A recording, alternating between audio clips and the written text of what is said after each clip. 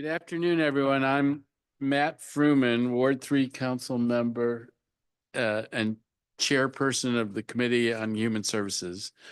Today is Thursday, February 13th, 2025. We are meeting in person in room 123 of the John A. Wilson Building and virtually via Zoom.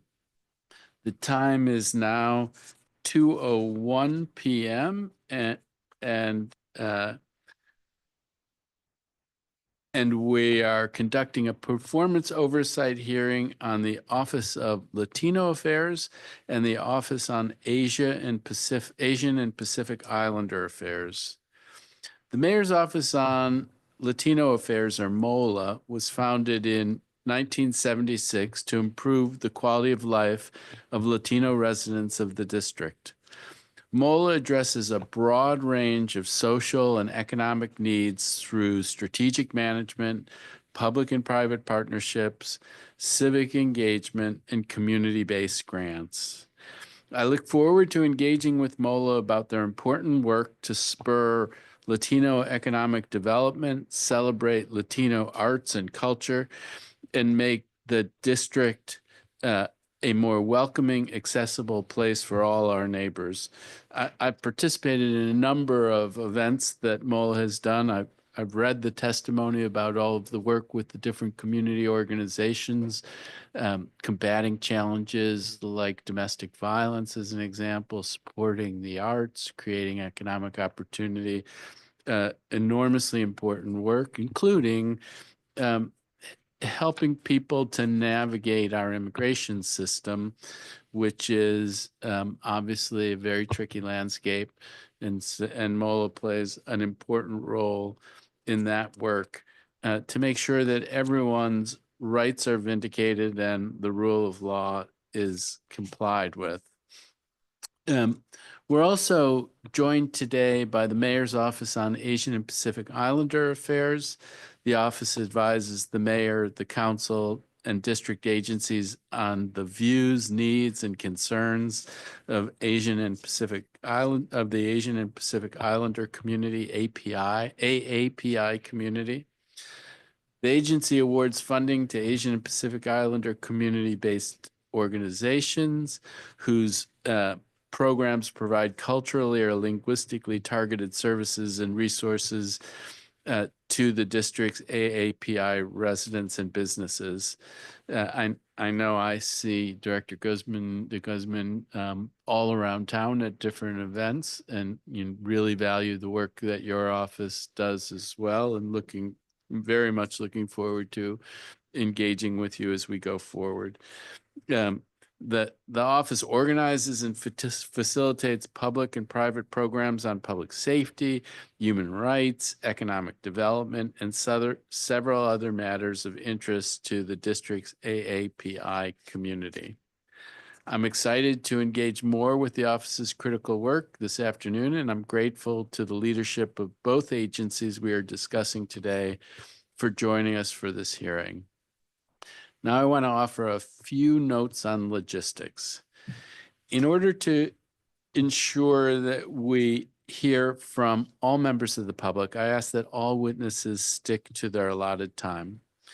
The first witness to testify on behalf of an organization will have 5 minutes to provide oral testimony, and all other witnesses associated with that organization will have 3 minutes. First, we will call witnesses who are here in person up to the table in front of me to testify in groups of 4. We have 4 seats, so we'll try to use them efficiently. And then I will call a single panel of our witnesses attending virtually. For our virtual participants, I'd also like to provide some detailed reminders about the Zoom platform and the committee's rules for participation. All witnesses participating in this webinar are currently listed as attendees in Zoom. This means that your microphones are muted and your cameras are turned off. When it's your turn to join a panel for testimony, I will call your name and a member of my staff will change your status to a panelist. If you wish to activate your video while you testify, you will need to click the button in the toolbar at the bottom of your screen that looks like a video camera. Please remain muted until it is your turn to testify. When it is your turn to testify, please unmute yourself when your time is up. I kindly ask you to conclude your remarks so that we can ensure that everyone has a chance to be heard. For any technical difficulties, you can send a message to the host, which is labeled as Committee on Human Services, and they will follow up with you. Additionally, if you are having trouble gaining access to the Zoom and you have pre-registered, you can reach my team at dpasson@dccouncil.gov, dpasson@dccouncil.gov, and they will try to resolve your issues.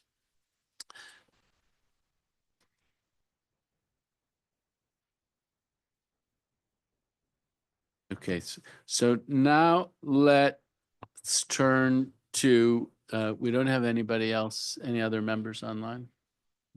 No? Okay. So now let's turn to our first panel of witnesses. Okay,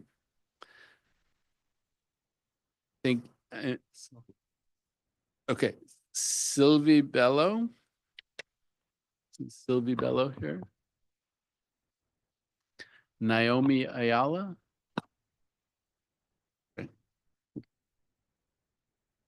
Gabenga Ojunjimi. Right. And forgive me if you will teach me the pronunciation. Myra Guest.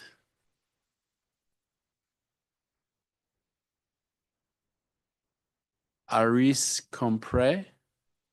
Great. And Reza Gonzalez.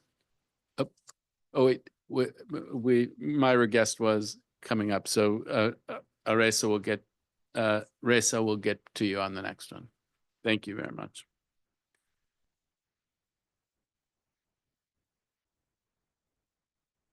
Wonderful. So we'll work from my left to my right, from your right to left. So Sylvie, when you're ready to go, looking forward to hearing from you.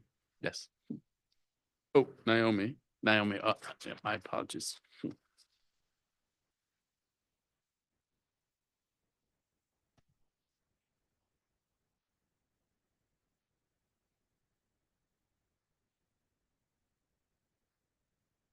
Program at SEDEC-DC.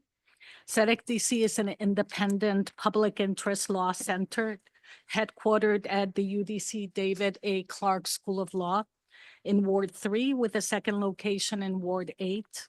SEDEC-DC's mission is to safeguard the legal rights and financial health of DC residents with low incomes who are dealing with the often devastating consequences of abusive debt collection practices and other consumer-related issues. We find that these practices often disproportionately target Black and Latino residents, so we work to address them head-on in order to end DC's racial gaps in wealth and health equity. Our strategic approach combines three complementary activities. We provide free direct services, including legal advice and representation, as well as financial counseling. We create systemic change through coalition advocacy, and we deliver community education in 2 languages. The Mayor's Office on Latino Affairs helps to make our work possible. With the help of MOLA funds, SEDEC-DC offers a number of services to DC residents who are struggling with debt-related problems. Our services include financial counseling, legal assistance, community education, and such know your rights topics as understanding and managing your credit, building credit in the US without a social security number, understanding scams and fraud, and other consumer-related and financial literacy topics. We also run drop-in legal clinics where community members can meet one-on-one with a lawyer without a previous appointment and at no cost to them at all. The following are some of the highlights of our great work and MOLA's positive impact on DC residents. During the past 12 months, we have disseminated information at community outreach events, many in collaboration with such nonprofits as La Clínica del Pueblo and Centronía, as well as at food distribution sites throughout the city. We reached 830 residents via food distributions and 3,319 residents through tabling at 24 events.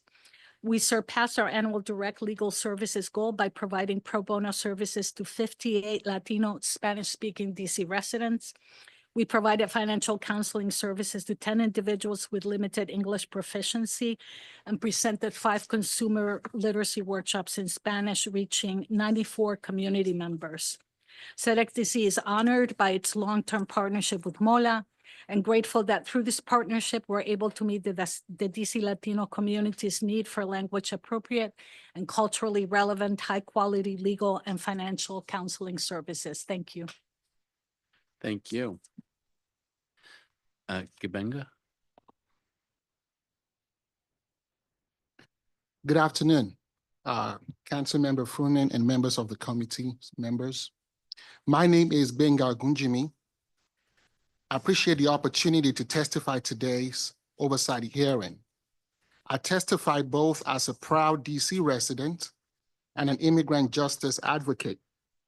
I serve as the executive director of the Nigerian Center, an immigrant legal and social services organization. While we are called the Nigerian Center, our services are open to all DC residents, including members of the Latino, Caribbean, African-American, African, and Asian communities.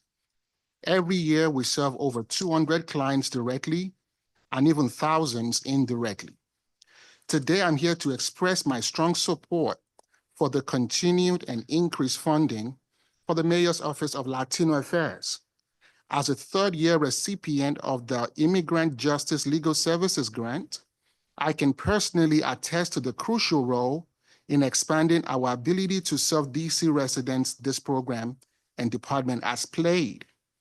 Washington, DC approach to immigrant justice is unparalleled. Few cities in the country can offer resources like this grant. In fact, this funding allowed us to establish our Immigration Justice Access Program. With seed funding from the IGLS grant, we launched an all-year-round walk-in clinic in Anacostia, Southeast Washington, D.C. Our work has also connected DC residents to vital social services, including driver's licenses, health insurance, microlending, walk-in tax preparation, and financial counseling services. IGLS funding was able to help us create the State of the Union on Immigration, a public symposium series advocating for immigration policies for Black and Brown immigrant communities in the district. Additionally, 3 members of our team are currently pursuing Department of Justice accreditation to further strengthen our legal service capacity. In response to the rising anti-immigrant rhetoric, we launched Washington Prosperity Ad Campaign, featuring 20 placements across metro station and buses citywide. This campaign highlights the economic and social contributions of immigrants, counters harmful narratives, and promote our legal aid program and assistance hotline. Despite being one of the smallest recipients of the IGLS grants, we made this investment as a demonstration of our commitment to advancing immigrant justice and dignity in Washington, D.C. This is why I'm here today, to ensure the Council sees the life-changing impact of DC investments in organizations like ours. Our clients are here today to share experiences and testify on the importance of DC support to the Nigerian Center. Again, our clients are Latinos, members of the Caribbean, African-American, African, and Asian community, a reflection of the diversity of our wonderful city. This is what programs should look like, expanding opportunity for all DC residents. Thank you for the opportunity to testify. Thank you. Myra? Good afternoon, Chairperson, Forum, and committee members. My name is Myra Guest, and I thank you for the opportunity to testify at today's oversight hearing for the Mayor's Office of Latino Affairs. I am here today as a recipient of the program that's funded by the Mayor's Office of Latino Affairs and a client of the Nigerian Center. I was referred by the IRS. That's how I began to learn about this program. And I just want to put in my words a little bit. I wrote it down, but just want to be free a little bit. So when I came there, Mr. Benninger, who's sitting right here beside me, he just welcomed me with open arms. And because I was so stressed out, I didn't know how to go about getting someone to help me with my taxes. And when the IRS had gave me this information that their agency helps with your taxes, I followed up on it. When I got there, Mr. Benninger, he was, like I said, he was very knowledgeable. He was very helpful. I felt at ease. I didn't feel overwhelmed. When I had questions, he answered every question that I had.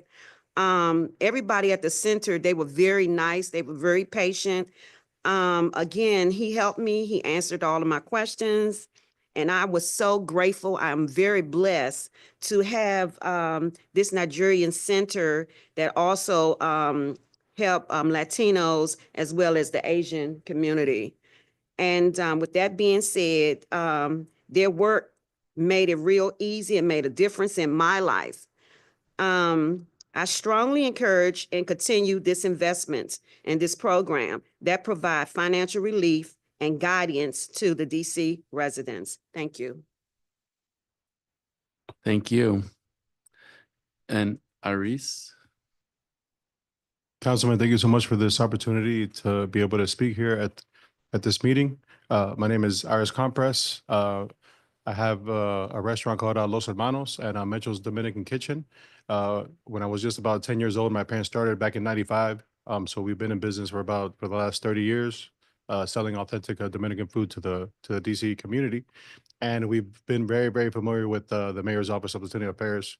At this point, I feel like we're almost family. I mean, there's people that reach out to us all the time when they're struggling. They're looking for this. If they're doing a campaign to help people do their taxes, they're posting up flyers. It's great to be able to actually not just have to send an email to someone and just wait like 2-3 weeks to get a response. These guys are really hands-on. You know, I can go down to their office without an appointment, you know, and get some answers. A lot of different organizations, the Vida Senior Centers, for example, they've connected us with them when they do meetings or any type of event to use our services as far as catering. The Summer Youth Employment Program as well. We definitely help them as well. Sometimes they've actually referred some of their students to us, and we're able to give them jobs. They're able to get that hands-on experience, just learning how to treat customers and get that actual social aspect. Also, when we opened up Metro's Dominican Kitchen, that we opened it up pretty much at the beginning of the pandemic, which was a very, very tough time for everyone. So with all their resources, that they were really able to help us out, and just being that voice for us, to just kind of get closer to Ms. Muriel Bowser, it's a really big blessing. Also with the Hispanic Chamber of Commerce, they've been able to actually bridge that gap to be able to get in communication with them. They've been able to help us out as well through them. And thank you very much. Thank you.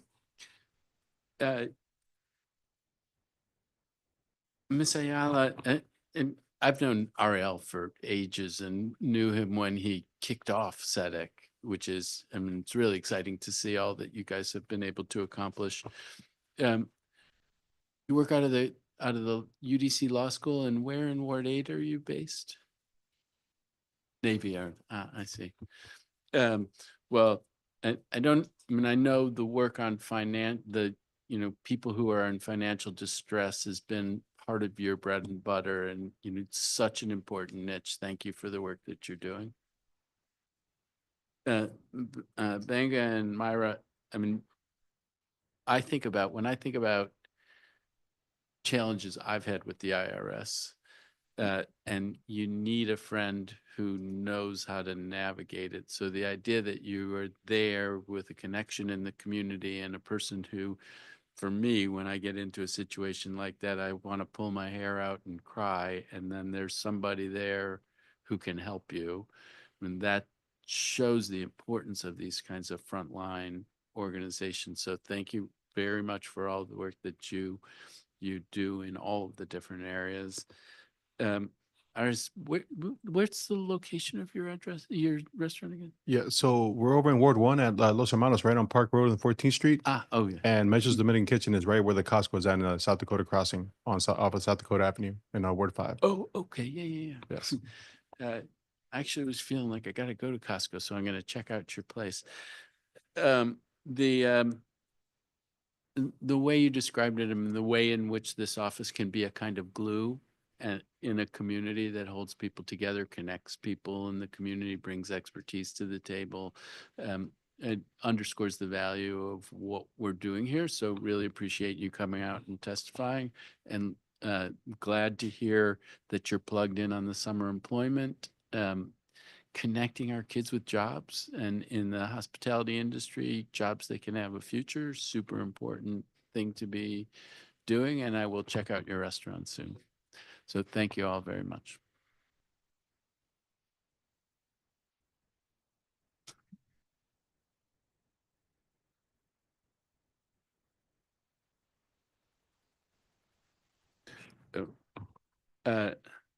So Reza Gonzalez, Abel Nunez,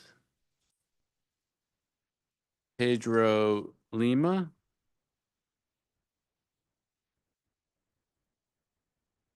Shani Shi.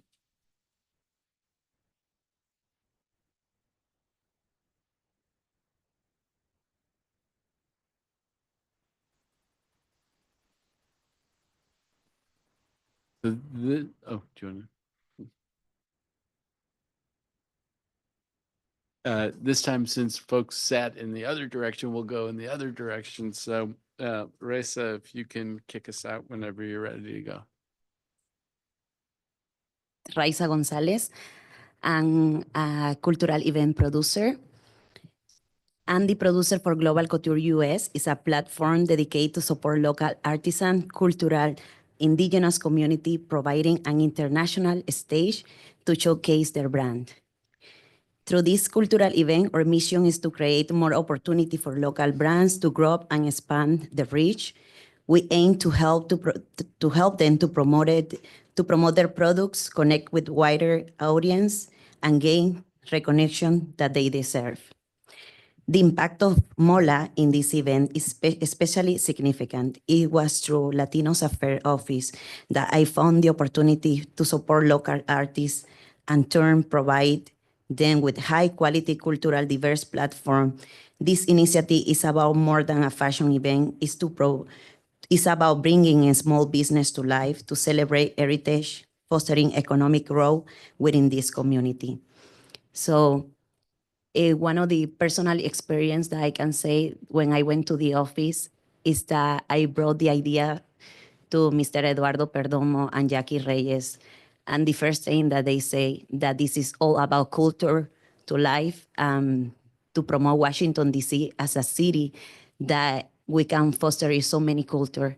So thank you to the office, and I'm glad to be here to talk about my experience. Wonderful. Thank you very much, Mr. Nunez. Good afternoon, Chair Froman and staff of the committee. My name is Abel Nunez. I am the Executive Director of the Central American Resource Center, CARECEN. CARECEN has been serving the community for 43 years. Since 1991, CARECEN has been facilitating the process of transitioning for immigrants to an integrated life in their new home and an improved quality of life where all communities thrive in solidarity and dignity.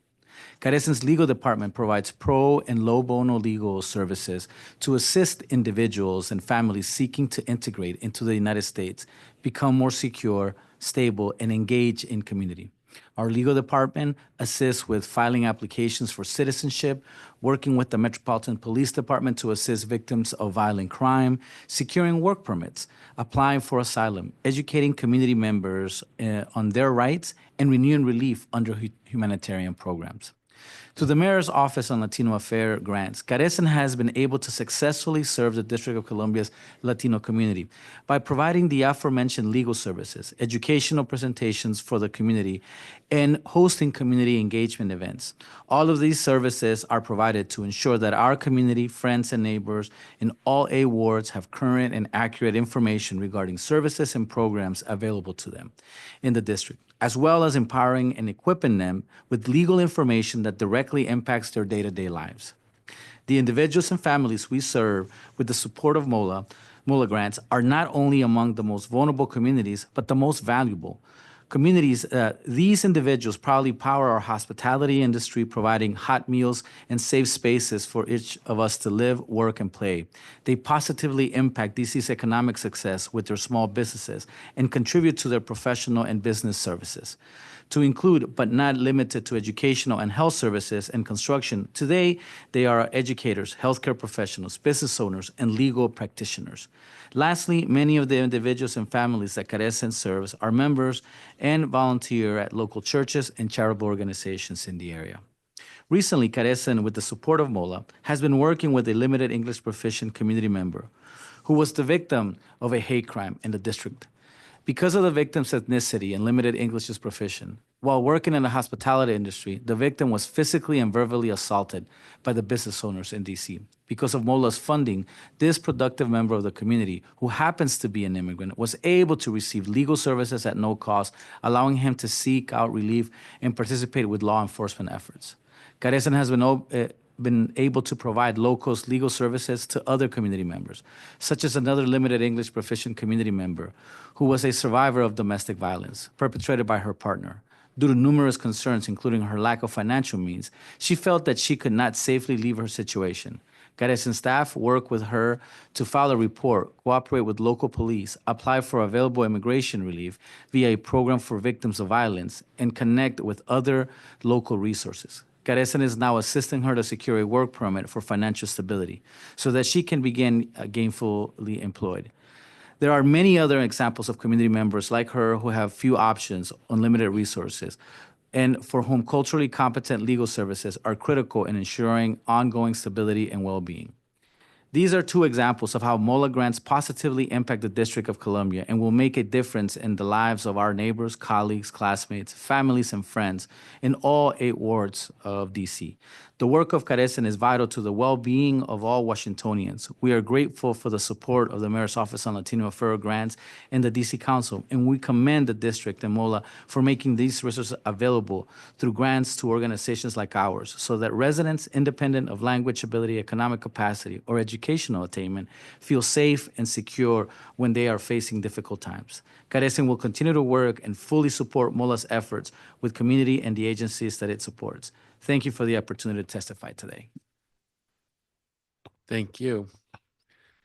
Pedro? Thank you, Chairman. Good afternoon, Chairman Froman and the members of the committee. So my name is Pedro Lima, and I serve as the Finance and Development Manager at the National Hispanic Council on Aging. I'm also a proud commissioner at the DC Commission on Latino Community Development. Today, I speak in strong support of the Mayor's Office on Latino Affairs and the essential role it plays in improving the well-being of Latino older adults in the district.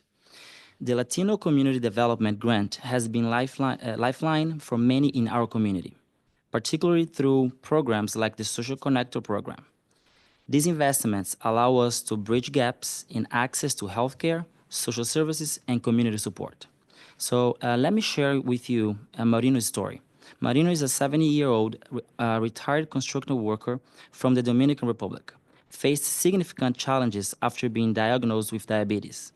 He was unaware of his eligibility for SNAP benefits, which could help him afford healthier food, and he struggled to make appointments with his doctor due to language barriers. When he visited our Casaides office, our staff helped him enroll into SNAP benefits so he could access fresh and nutritious food. We also helped him schedule medical appointments by calling on his behalf and ensuring he had access to free senior transportation for his visits. One out of our volunteers even guided him through using a glucose monitor, helping him better manage his condition. Through our physical activity and nutrition sections, Marino has learned to adopt healthier eating habits, and he now joins group exercise sessions tailored for older adults. He told us, open quotation marks, before this program, I felt lost. Now, I felt like I have a support system that helps me live healthier and worry less, close quotation. Beyond individual impact, MOLA has been a vital partner in strengthening local collaborations. Over the past months, I have been in close communication with Director Bordomo to ensure that the Commission on Latino Community Development resumes its regular meetings. Given the current political climate, our work is more critical than ever, and MOLA's leadership is essential in ensuring continuity and support for Latino residents. I urge the Council to continue prioritizing and expanding support for MOLA. These programs are not just funding allocations. They are investment in dignity, health, and independence of our older Latino adults. Thank you for your time and leadership, and also I look forward to working together to further equity and opportunity for all DC residents. Thank you. Shani? Hi, good afternoon, Chairman and members of the committee. Thank you for having me. My name is Shani Shi. Today, I am here in my capacity as the founder and a lead organizer with the Save Chinatown Solidarity Network, and offering testimony on behalf of the network. The Save Chinatown Solidarity Network is a collective of DC residents, advocates, and allies committed to working directly with the working class residents, the remaining working class residents of Chinatown, including but not limited to the Wallach House Tenants Association and the Museum Square Tenants Association, to amplifying and advancing the voices, right, of the long-term working class community, and ensuring their voices are heard and the ongoing changes that are happening in our community. So what I'm here hoping to do today is to document additional insight and present calls to action to the council and to MOAPIA around how to better serve the urgent needs in our community. As some background, I worked for 7 years as a full-time tenant organizer, thanks in part to MOAPIA grant funding, and I worked with hundreds of tenants associations across the district, including and in Chinatown, assisting residents in understanding, exercising, and advancing their rights and or their tenant rights, especially towards the ends of preventing displacement and helping our most vulnerable neighbors stay in their homes here in the district. So of course, want to acknowledge and thank the city and MOAPIA for the important funding, right, and the programs that they do provide that are very important to our API communities. So as you know, Chinatown is DC's main historic, cultural, Asian American, Pacific Islander enclave, whose remaining long-term residents are largely aging, low income, and limited English proficient. Since the construction of the MCI Arena or the Capital One Arena, the percentage of the population in Chinatown that's actually Chinese American or API has been reduced from 80% to 19%. We have less than 15 Chinese/API-owned storefronts, small businesses, and that are not national chains, and less than 300 Chinese American residents remaining, actually many of whom are already on the peripheral areas of Chinatown, not included in the bounds of what the task force considers to be Chinatown. So really, displacement has impacted every aspect of social and economic life for our API community in Chinatown. So last January, the mayor established a task force, the Chinatown Gallery Place Task Force. Of 12 executive members, nearly all, except for DEMPED and council representatives, they directly represent developers, corporations, or law firms. There are no working class residents in that entity, no advocates. And so we understand and are bracing for the impacts of what is to come in the revitalization plans, between the 500 million Capital One Arena expansion deal, the downtown action plan. There's a lot that is going to be in the pipeline in terms of changes and developments in Chinatown. So given the fact that MOAPIA was established to promote the welfare of the API community, the questions I urge us all to consider are, which systems failures have allowed such displacement to happen with no accountability? Why were there no advocates or API resident voices in a task force that has so much power, right, over the future of what of the landscape of Chinatown? So we appreciate MOAPIA's work. What we are advocating for a few things for the city and for MOAPIA to be empowered to do. One, instead of monthly outreach where staff comes to talk to residents, we believe MOAPIA should be able to establish official communication channels to work with advocates who have the closest and longest term relationships with residents, to better collaborate and figure out ways to do effective outreach where folks really understand what is going on and have true options for having their voices heard.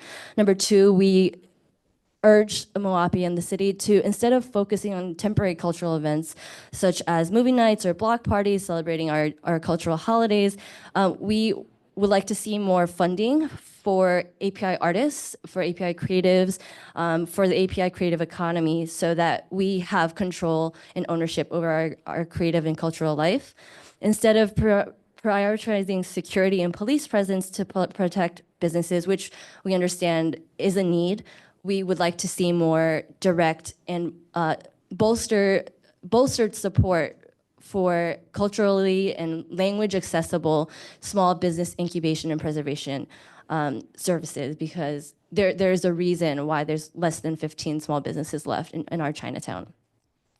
Finally, Chinatown is not a monolith. We understand that there are folks that are often listened to from the Chinatown community.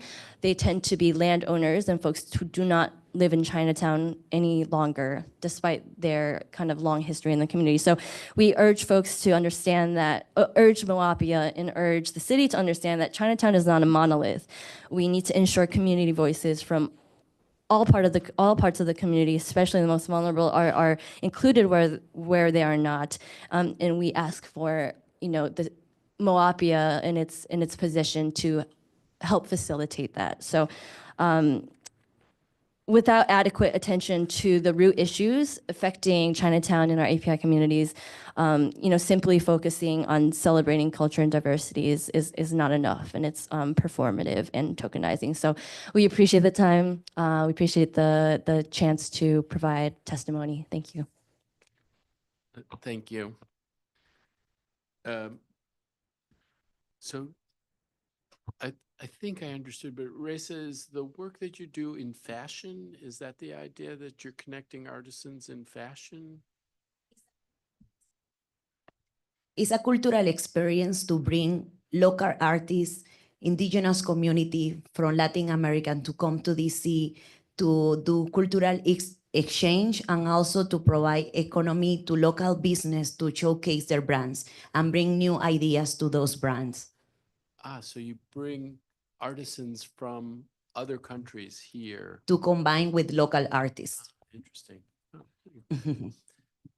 Mr. Nunez, the work that you do is so important. I'm so grateful for all that you do.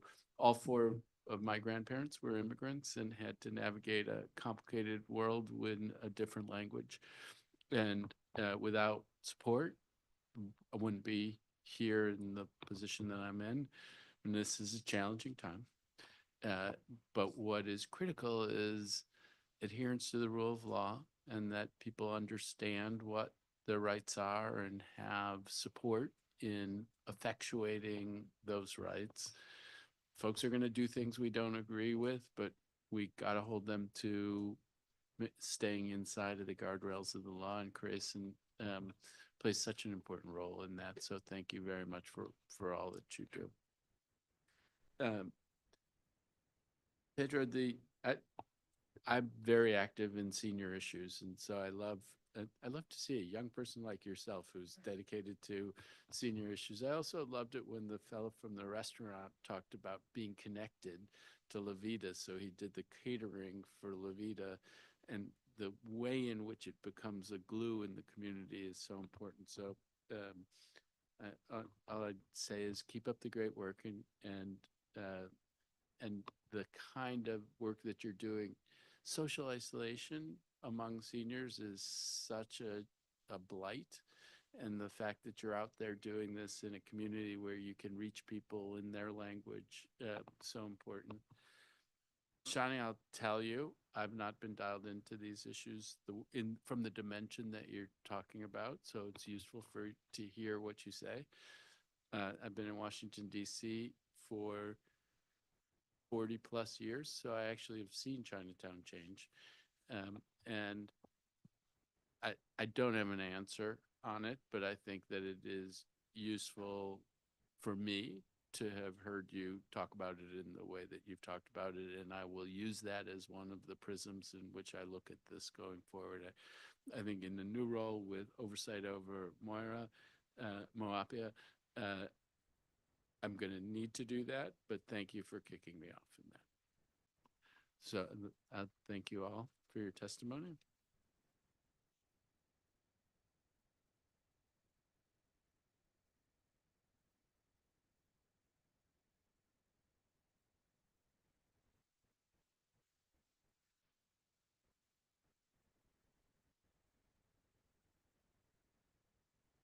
Okay, so next among in person, we have Ted Gong. And I think Salo Lavinius, who may have been signed up virtually if you want to testify in person. And we have, is there anyone else here who had signed up to testify or hope to testify in person?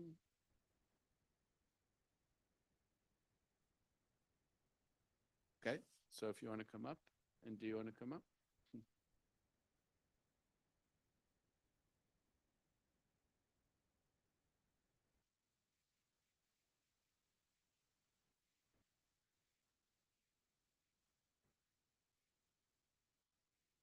Okay, let's start with Mr. Gong, if you're ready. Thank you for allowing me the opportunity to be here. Members, Chairman Fruman and members of the committee. My name is Ted Gong. I am the Executive Director of the 1882 Foundation.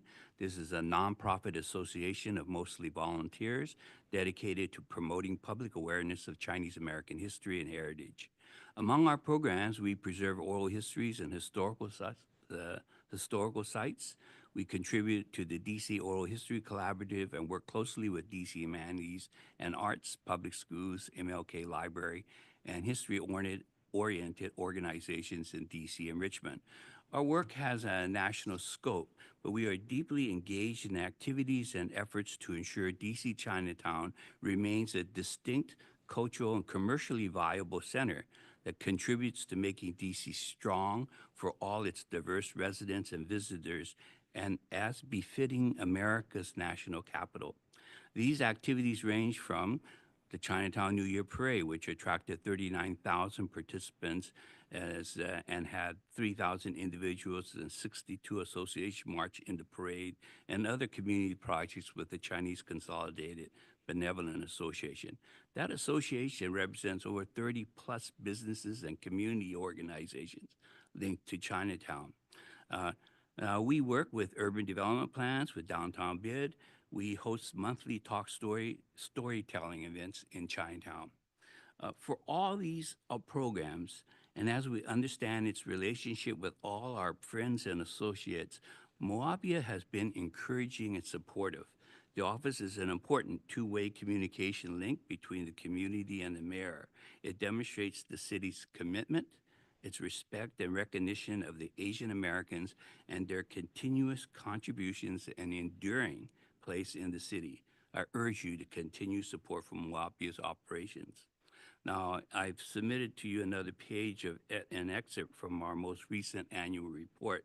I hope you find time to review it to understand the 1882 Foundation's larger effort. If you have questions, I'm ready here to answer them, and at any time you want to reach out to me. Thank you so much for allowing me this chance to say a few words. Thank you. Mr. Levinas? Thank you very much for having me, Mr. Council members. My name is Salo Levinas, and I am the board chair for the Metro DC Hispanic Contractor Community Service. I stand before you today representing both my organization and our sister organization, the Metro DC Hispanic Contractor Association.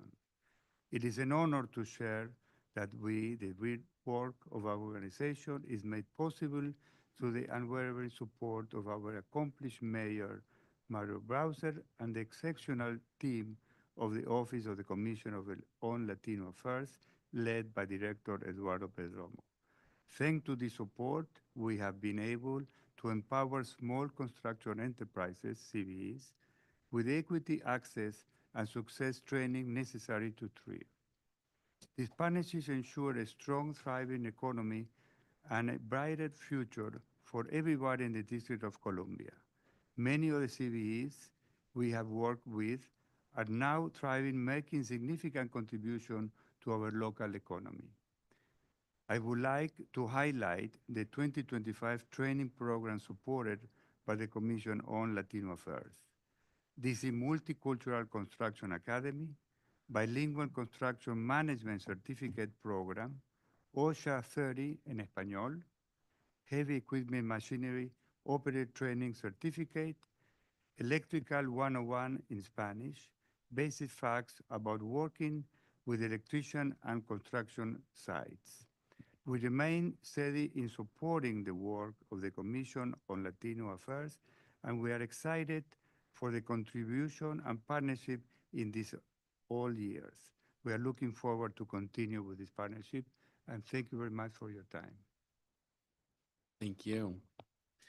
And I'm sorry, I'm not sure I had you on the list, so if you could say your name and organization for the record and then proceed to testifying. Okay. Good afternoon. My name is Inzali Tut, and I'm the Asian Health Initiative Coordinator at the Health Betterment Initiative. We're a Inzali Tut. Yeah, it's like Tootsie Roll, but without the C. Apologies. No worries. But HBI, the Health Betterment Initiative, is a nonprofit, and we provide free health education and screenings to underserved communities. Through my outreach efforts, I've seen firsthand that a lot of API clients do need health education in their native language, and this is a service that HBI can provide thanks to MOAPIA's support. Translation is not always straightforward, and there aren't always direct equivalents for medical terms, which is why it's important for public health efforts to use team members that understand the nuance of language and how to effectively communicate with DC's diverse population. There's also a lot of stigma for certain conditions from culture to culture, which is why HBI uses a more holistic approach, including preventive health screenings along with the education. So starting a conversation about cholesterol or blood sugar while having a team member from a client's community can really open the door to more in-depth talks about overall health and different conditions or diseases.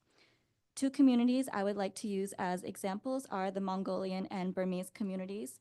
Through outreach, we've been able to identify the unique health needs of these populations, and through our face-to-face experiences with these clients, we've been able to provide hepatitis B education and care, which is something that was disproportionately affecting not only our Mongolian clients, but AAPI populations as a whole.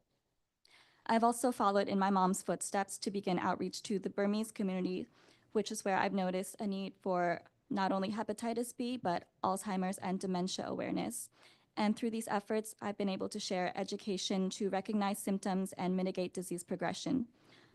Alzheimer's disease and related dementias disproportionately impact immigrant communities, so the ability to reach these limited English proficient populations is critical to reduce these disparities. MOAPIA's dedication to prioritizing causes like this allows these harder to reach populations to be reached so that we can take the necessary steps to reduce health disparities in API communities. I want to thank the Mayor's Office and the Council for their support and hope this work can be continued so that we can improve the health literacy, health outcomes, and long-term healthcare costs of our diverse population and future generations. Thank you. Thank you. And a familiar face, but if you could say your name and organization for the record. Hey, Councilmember Freeman. Scoot up a little.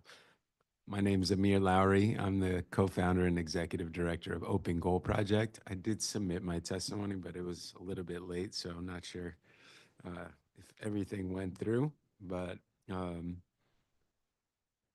okay. Well, you know, pleasure to be here, and just want to greet Director Perdomo and Director Reyes behind me. And, you know, I was very excited to have this platform and be able to speak positively about my experience and my organization's experience with MOLA, Mayor's Office of Latino Affairs, and just how much they've impacted us and, you know, really amplified our efforts to break systemic barriers and create equitable opportunities for Latino youth in our city. So I'll give a little bit of background. I'm gonna not read my entire testimony because it's a little bit long, but I'll just cover some key points. So I'm a DC native. I grew up here. You know, I experienced firsthand the unifying power of soccer within diverse communities in DC. I played collegiately at Wake Forest. I played professionally.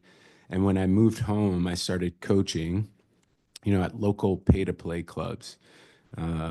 Those environments, you know, I quickly realized within them the lack of diversity and accessibility in the youth soccer landscape directly related to pay-to-play, and how talented players from low-income and immigrant families, particularly within Black and Latino communities, were systemically excluded from high-level play due to financial and systemic barriers. So this realization ignited a passion within me to effect some change. In 2015, we started Open Goal Project with a commitment to leveling the playing field and obviously, you know, impacting and uplifting our community in the process. So we believe that every child, regardless of their socioeconomic background, deserves the opportunity to reach their full potential both on and off the field. That's a bit of backdrop from our end, and you know, the game is an international game. Soccer is a powerful vehicle to connect people and to, you know, infuse vital youth development and teachings into young people. Anything from, you know, resilience through competition, from building discipline, from understanding how to operate in a team, conflict resolution, you know, all the things that young people need to go forward and you know, have successful lives. So we've really connected with our Latino families, understood their unique challenges, and tailored our programs to meet their needs. I just want to share a few anecdotes about our 100% free-to-play program and MOLA's invaluable support. So through their backing, you know, and engagement, we've been able to expand our reach, deepen our impact, and build a sustainable cycle of empowerment within our community. We've had one young lady, you know, who I want to highlight, who recently graduated from college. She was one of our first college graduates and our first college graduate to play Division I NCAA soccer at James Madison University. And I highlight her because she's Latina. She has Salvadorian roots. You know, her parents are immigrants who came to this country and, you know, are still learning how to navigate the waters and to, you know, build a fulfilling life for themselves and for their family. So when we met Ariana, she was incredibly talented, but didn't have the support or necessary, mentorship and a group of people around her that had enough resources to help her reach the next level. So we were able to, make sure that she had academic support, that she knew what to do to apply for financial aid, et cetera. We closed all the gaps and uh, helped her overcome barriers to play at a very high level and then to also, achieve her dream of playing in college. So she's been a shining example and an inspiration for our entire community. We'll now serve hopefully over 500 players, student athletes this year. And a lot of them look up to her. And, they see themselves in Ariana and other members of our staff. So I highlight her, and then I also highlight, MOLA has been instrumental in helping us bring impactful programs to our community. One of the programs that has had a tremendous impact on us has been their summer youth employment program. And that has allowed us to not only, we're developing community, but we're also able to hire young staff members to teach them, leadership skills, valuable leadership skills, and give them workforce development training, right? In the process of, being participants in our program. So that is something we call part of our empowerment cycle.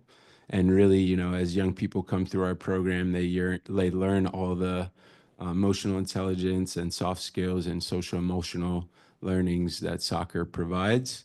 And then we're able to, through programs like this one, through MOLA SYEP, give them the valuable workforce development opportunities, and then also give them opportunities to invest back in our community with younger players. So I highlight those elements. Despite our successes, I'd say the demand of our services really continues to grow. There's a tremendous need for free programming and youth development opportunities. So the continued increased support from MOLA is crucial for the city and it's crucial for us.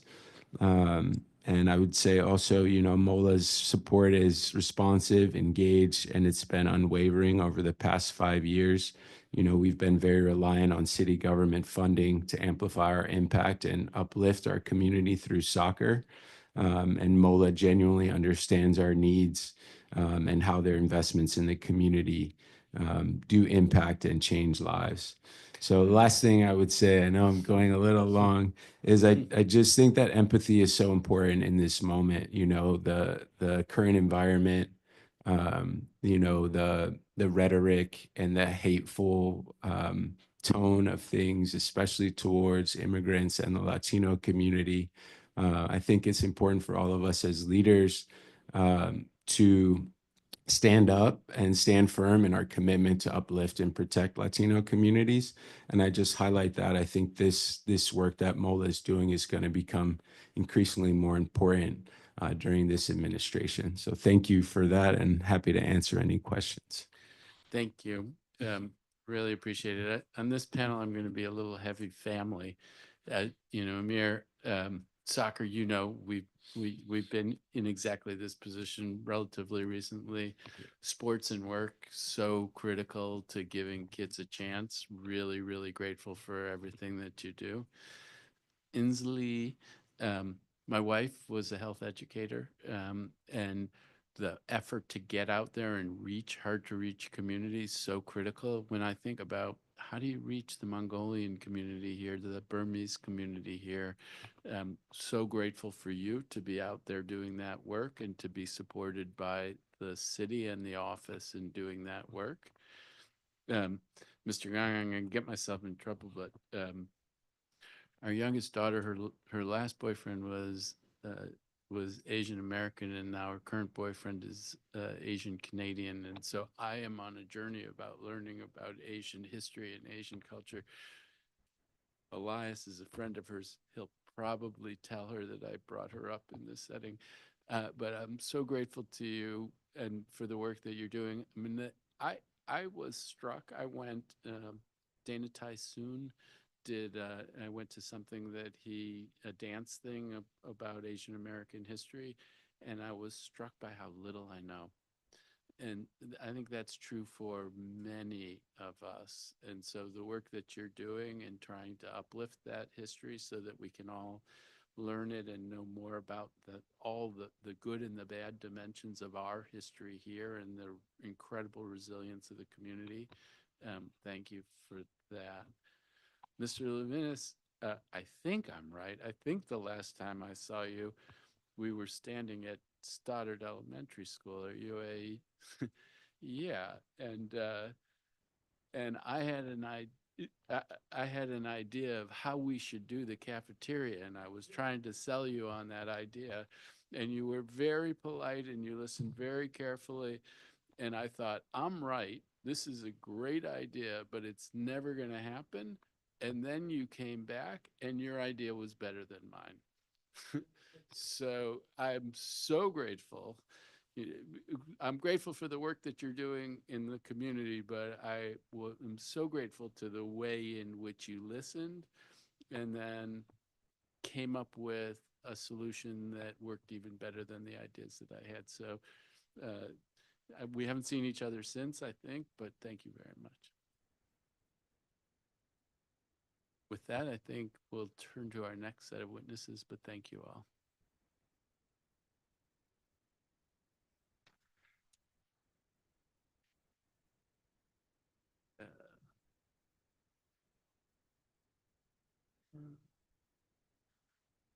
Is there anyone else here who had hoped to testify in person who had not yet? Okay.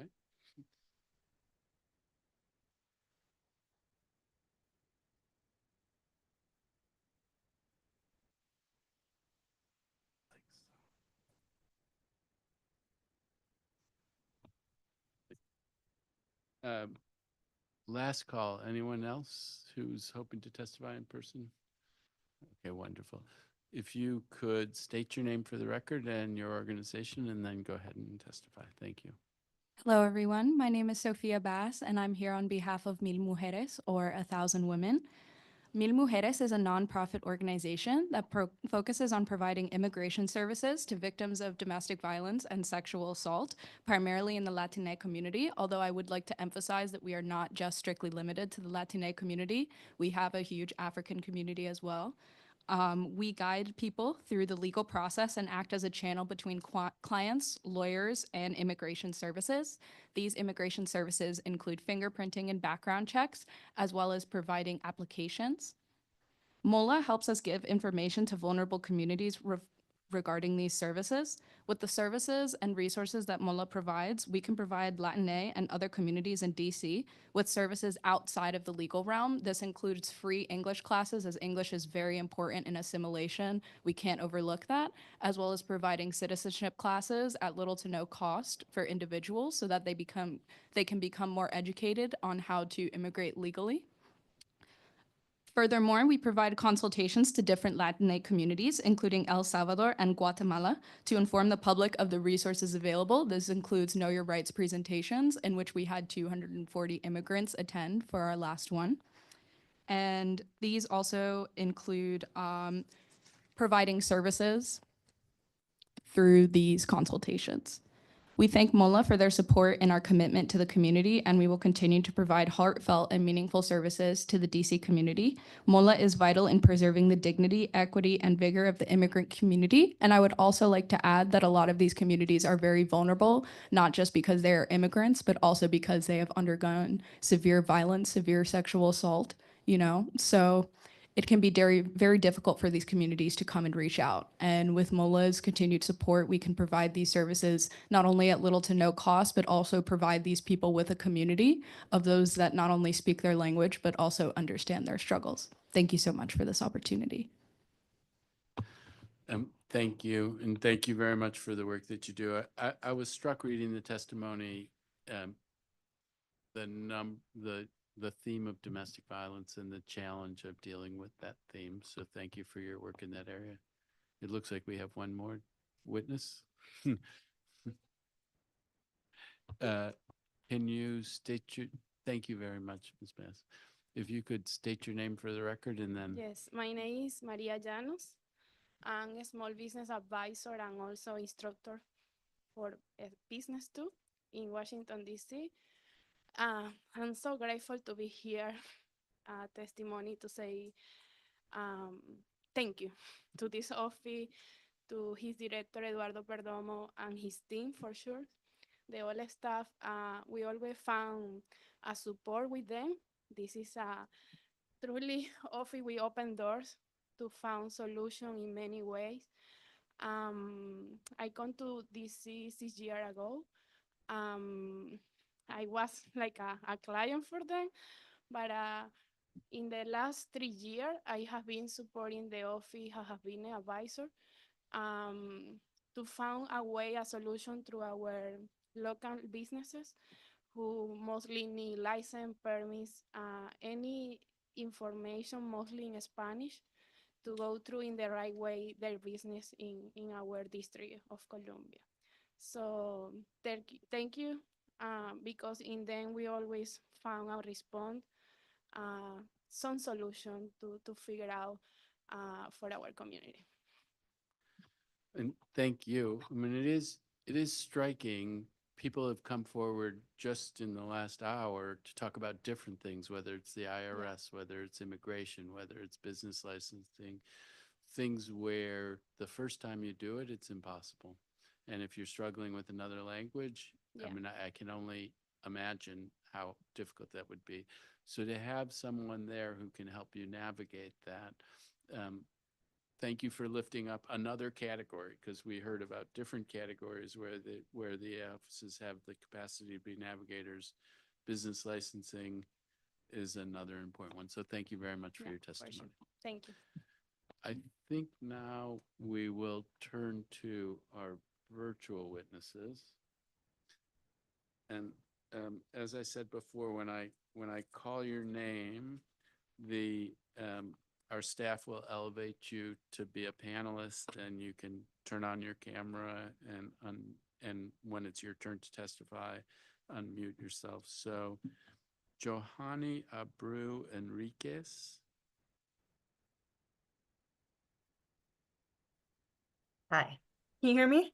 Yes, wonderful. You sound great. Okay, I'm sorry, because you sound a little low, but I'm gonna go ahead and go. All right, I should. Do I sound better now? Can you hear me? Yes, perfect, thank you. Thank you, Chairperson Fruman and esteemed members of the committee. My name is Joanna Abreu Enriquez, and I serve as the Housing Coordinator at DC Safe. I have been with the organization since 2020. In my current role, I serve as a liaison between our clients and housing organizations.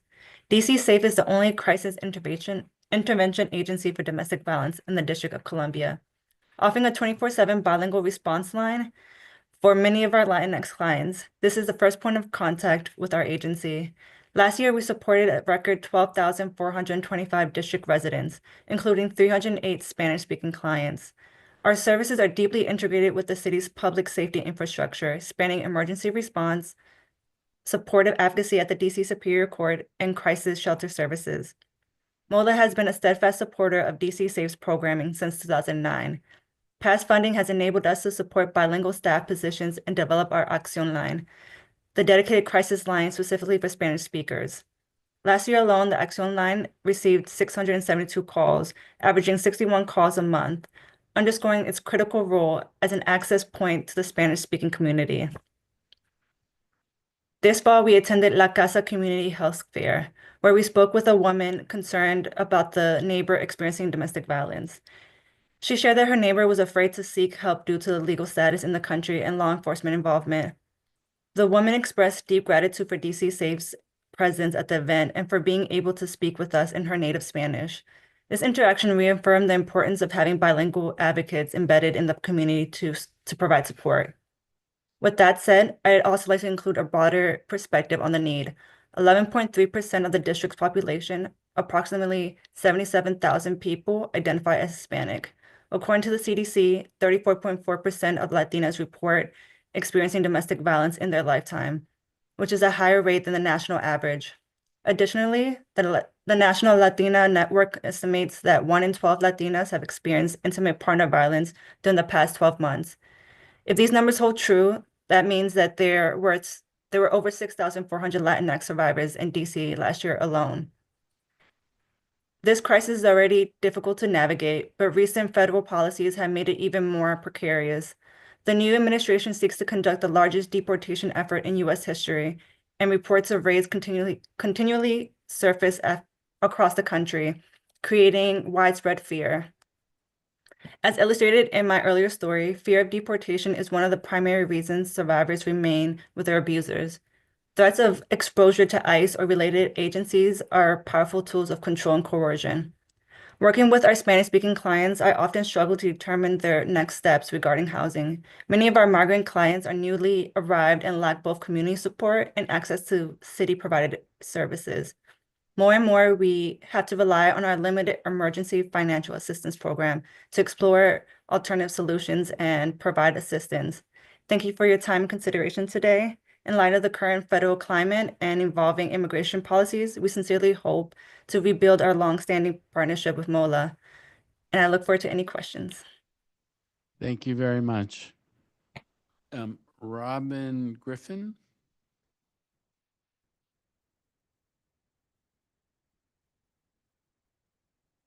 Good afternoon. Good afternoon.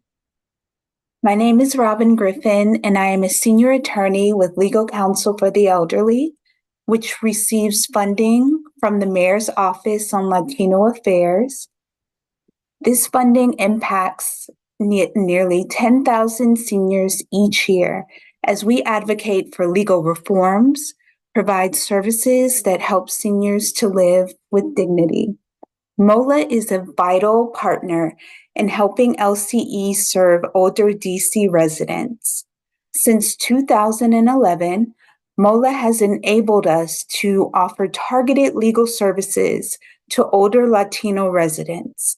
These services include help with Social Security, disability, Medicare, Medicaid, SNAP, estate planning, and debt defense.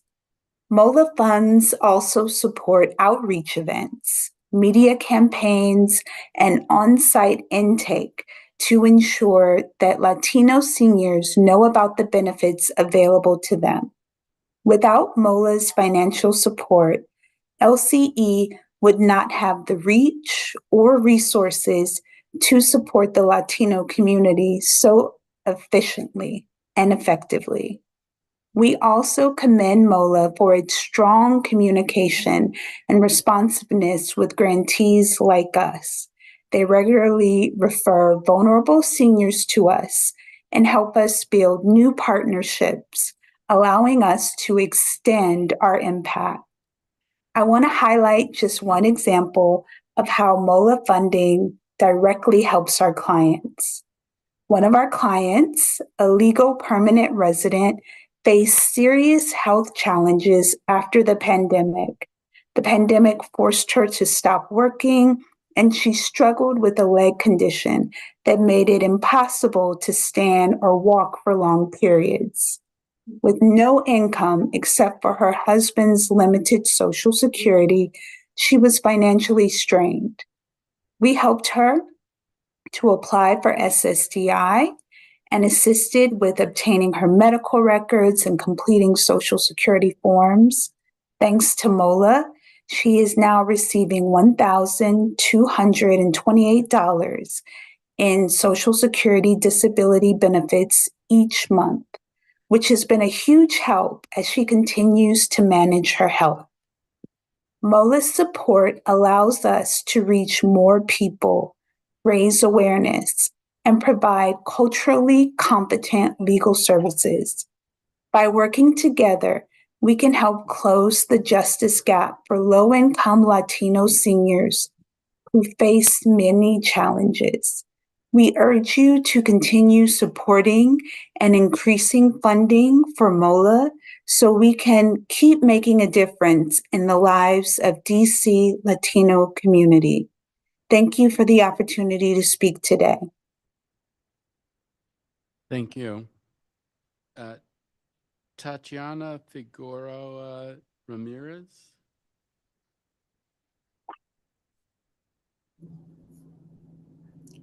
Hello. Councilmember Fruman, thank you for the opportunity to testify today. My name is Tatiana Figueroa Ramirez, and I am the Senior Program Director of Poetry and Community Arts at DC Scores. DC Scores is celebrating 30 years of serving young people in the district through our soccer, poetry, and service learning after school program. Our programming and leagues are school-based. We are the schools team. We hire and train over 300 school day staff to lead our programming after school, creating deep connections between out of school time and the school day. Today, we serve over 3,500 kids through our whole child programming at 68 public schools. In 2024, we were extremely grateful for the support of the Mayor's Office of Latino Affairs, which for many years has funded and championed our work with Latinx communities across the city. Every year, MOLA funding helps us provide program resources in Spanish so that no Latinx family is prevented from fully engaging with DC Scores. We are extremely grateful for the many MOLA staff who show up for kids throughout the year, snapping it up at our poetry slams, cheering them on at soccer events, and celebrating our coaches at our annual awards ceremony. I cannot overstate this impact enough. Allow me to share the difference this makes at just one of our schools. At Ward 1's Bancroft Elementary, our program is not based on soccer and poetry, but fútbol y poesía. At Bancroft, our coaches intentionally use Spanish instruction in the program to make it accessible to all kids. The result has been to make DC Scores a safe haven for newly arrived immigrant families looking for a way to connect with their school and DC community. As John Guzman, a Bancroft DC Scores coach and alumnus, puts it, the Scores team is like their second family here in the US. This summer, they practiced with the Arsenal Women's FC and met the professional players. At Bancroft, our poet athletes write in Spanish, sharing poetry that celebrates their stories, home cultures, and diversity of experiences. By celebrating Spanish, DC Scores was also able to connect the school with Evelina Cabrera, an Argentine soccer icon, author, and Organization of American States Goodwill Ambassador. Evelina became one of the school's biggest champions and continues to support Bancroft from her new home in Los Angeles. Thanks to our partnership with MOLA, more Scores teams are integrating Spanish into their practices, and we have been able to show hundreds of Latinx kids that they are valued and worthy of investment. To show you how this fosters confidence in our poet athletes, I'd like to share an excerpt from a poem written by one of our youth at Thomas Elementary, which will be published in our forthcoming 30th anniversary anthology meant to celebrate our young voices. I get bullied for the color of my skin. I get depressed and I don't know what to do, so I cry. But as a Latina, I have to be powerful. I wear the colors of my flag with pride. Someone told me, "Tú mi corazón late." Be confident. The world is fearful of the confident. As a Salvadoran American Latina, I filled with confidence and pride. Con amor y respeto por los demás. I am a beautiful Latina. Soy una bella Latina. Thank you. Thank you. Blanca Aguadillo.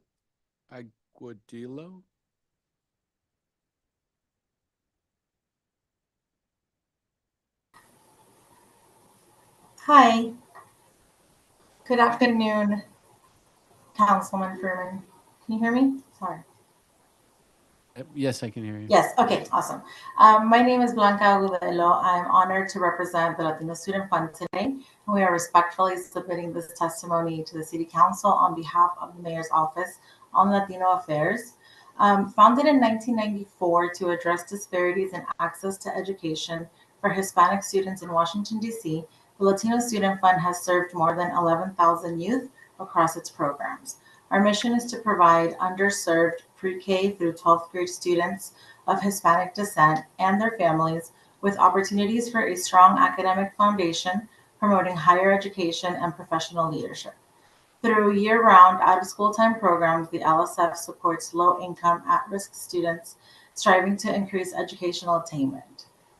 MOLA's partnership has been instrumental in the sustainability and growth of our programs.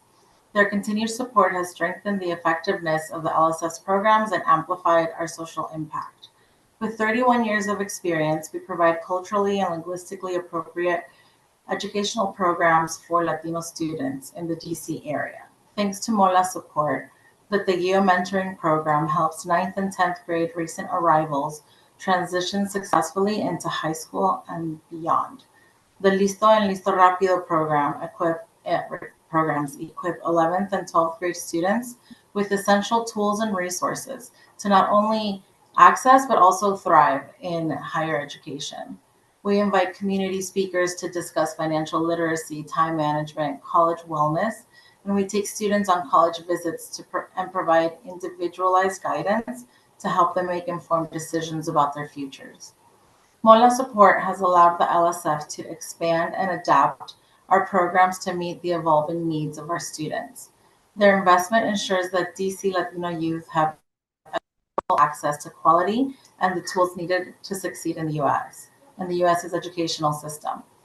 This year alone, approximately 120 high school students in the LSF's post-secondary success programs are one step closer to achieving higher education.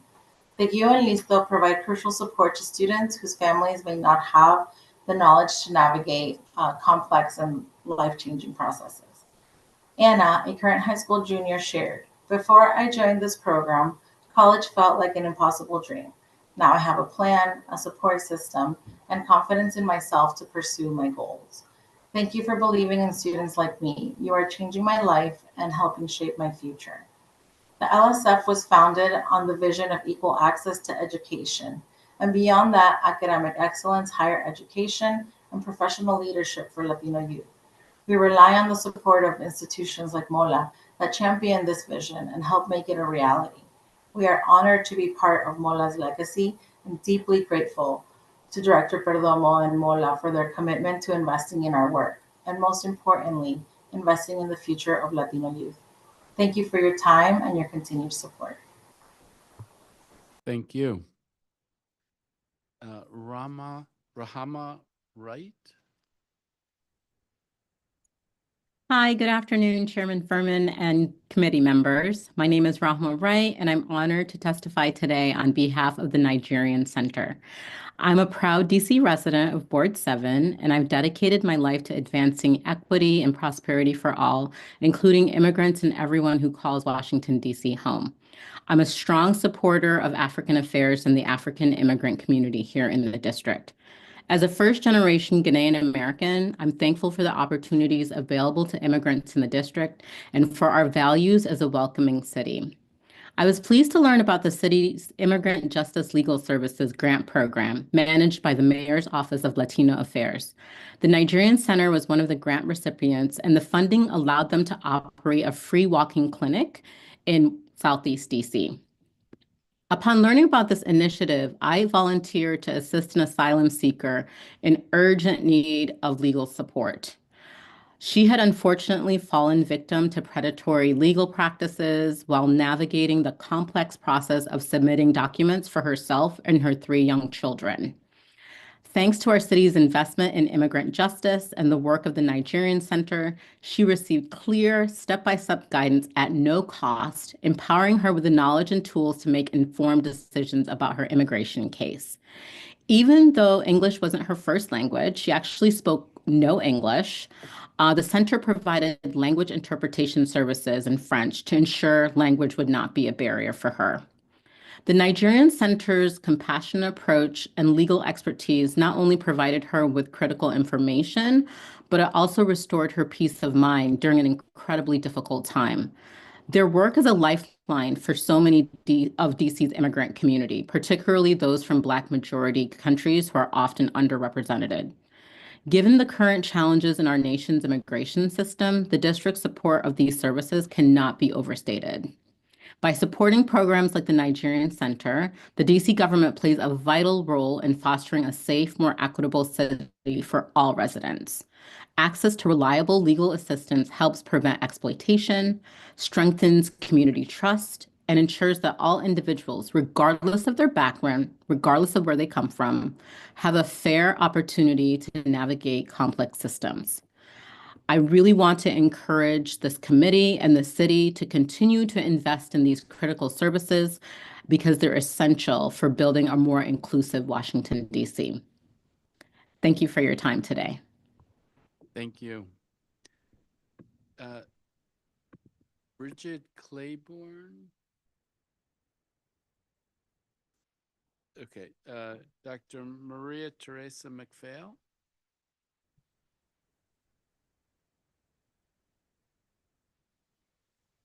Good afternoon, Chair Fleming, members of the Committee of the Human Services, and everyone participating on this oversight hearing today. My name is Maria McPhail. I am the President and CEO of VIDA Senior Centers. I appreciate the opportunity to testify before this committee. I stand here to provide our full support to the Mayor's Office on Latino Affairs. Since 1969, VIDA served Hispanic and other low-income seniors across the city, and MOLA plays a critical role as a supporter helping VIDA address many needs of the elderly population, including mental health support, food security, housing, and employment.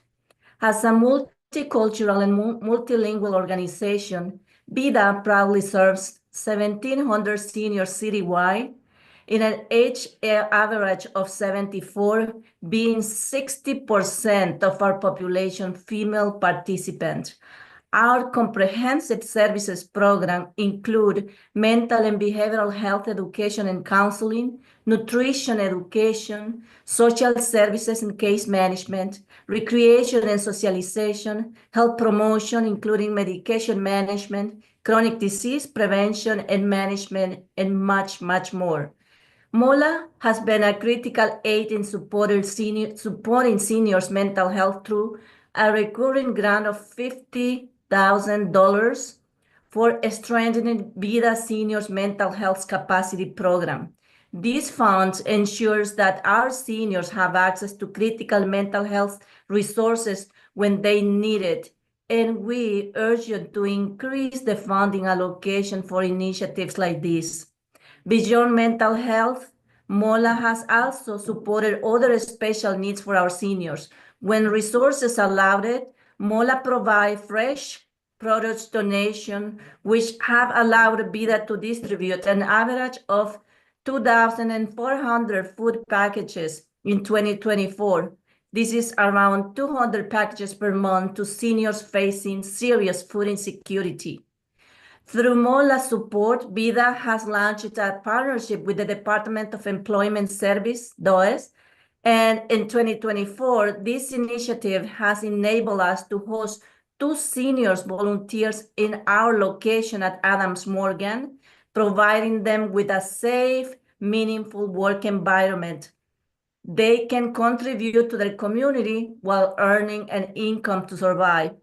We look forward to expanding this opportunity to more Hispanic seniors as well through MOLA support. The Strengthening VIDA Mental Health Capacity Program remains a vital resource to combat the mental health stigma in the Hispanic senior population. In 2024 alone, it provided 1,800 direct mental health services, including 89 group sessions. 1,600 clients we served with 16 crisis intervention plus referrals. We did around 100 depression screening, and additional, a great outreach effort has been done through service announcements in Spanish and provided educational material, reaching over 579,000 individuals. With MOLA support and increased funding, this program will remain instrumental in expanding access to mental health care for these seniors with limited English proficiency, which is so well needed in these critical times. My gratitude goes to Director Eduardo Perdomo for his leadership and commitment to supporting the senior community, and to his team, which tireless efforts are invaluable to supporting the Hispanic elderly population. Please, I urge you to vote in favor of increasing MOLA's budget to ensure the continuation and expansion of these essential services they support. Thank you so very much for the opportunity of testifying today. Thank you very much for your testimony. That's everyone online and here. Just a few comments. Um, Thank you. Thank you so much, Dr. McPhail and the other navigators who testified on this panel. The ability to be a bridge to communities and connect them to services and help them get through different challenges that they face is enormous. I hear the enthusiasm for the support from MOLA for that work, whether it's in your organization, the Nigerian Center, um, uh, the Legal Counsel for the Elderly. It's got a similar theme of people who need help, who are going to have a hard time doing it on their own, and you all are in place to try to help on that. On the Latino Student Fund, I hope my enthusiasm for out-of-school time programming is come across loud and clear. I mean, it is a key way that we can help kids advance and keep them out of trouble. To DC Scores, couldn't be a bigger fan. What a great organization that is. Johanny, I have to say, the testimony about the level of domestic violence is just shattering, really, to hear those numbers, 6,400. And I did the math too, and that's the lowest it could be if that 1 in 12 is right. It's a terrible situation, and it was helpful for me to hear that the way in which the immigration status can feed into that, both as a source of coercion and fear about coming forward, but also as an increased level of stress that people are under. If the rates are higher in that community, something explains it, and maybe that's what's going on. But thank you for your work in that area. We're going to move to our government witnesses. Well, the public witnesses, we had people testify about both offices mixed together, and I think that worked well. For the government witnesses, the idea is we'll start with MOLA, and you and Director Perdomo, if you want to come forward, we'll have you give your testimony, and then I'll ask questions of Director Perdomo, and then when we finish with that, we'll come to MOAPIA and Director de Guzman. So with that, Director Perdomo, the floor is yours. Good afternoon. Oh, hey, yeah, we have the swearing, right?